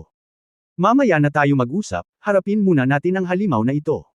Mabilis na tumugon si Yang Yiyo kay Dugu Walking, itinulak siya palayo, at hinampas ng Zanshan Palm ang halimaw. Umuungol. Bang!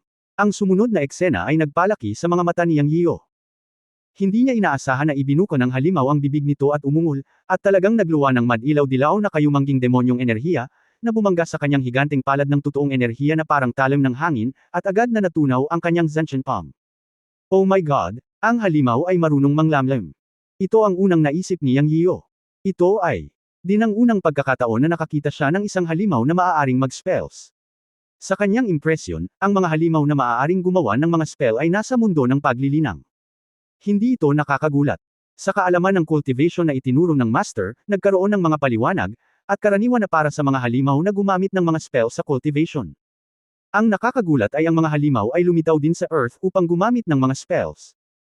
Maaari lamang itong mga hulugan na ang bloodline o IQ ng halimaw na ito ay umabot na sa parehong antas ng lahi ng tao. May sariling bloodline inheritance ito. Matapos buksan ang espiritual na katalinuhan nito sa isang tiyak na antas, natural itong gagamit ng mga spelling. Mag-ingat, ang halimaw na ito ay maaaring maglabas ng yelo at apoy mula sa kanyang bibig. Paalala ni Dugu Walking. Dati na siyang natalo mula sa halimaw na ito, at naramdaman ni Dugu Walking na ayaw siyang patayin ng halimaw na ito, kung hindi ay ilang beses na siyang namatay. Nagpatuloy lang ito sa pagdadagdag ng mga sugat sa kanyang katawan, at ngayon ay parang nahihiya na siya. Si Yang Yiyo ay bumalik sa kanyang katinoan at tumanggo ng walang laman upang ipakita na naiintindihan niya. Mula sa kanyang naramdaman, ang cultivation aura ng parang asong halimaw na ito ay halos maihahambing sa ikalimang antas ng likas na kaharian. Hindi siya natatakot sa lakas ng cultivation nito, ngunit kailangan niyang mag-ingat na ang halimaw ay makapagbigay ng spells. Habang siya ay nagulat, siya ay mas nakikiusyoso, dahil ito ang unang pagkakataon na nakatagpo siya ng isang halimaw na maaaring mag-spells.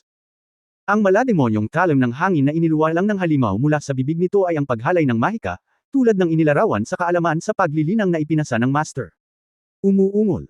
Tila galit na galit ang halimaw sa hitsura ni Yang Yiyo. Si Yang Yiyo ay hindi nang ahas na maging pabaya.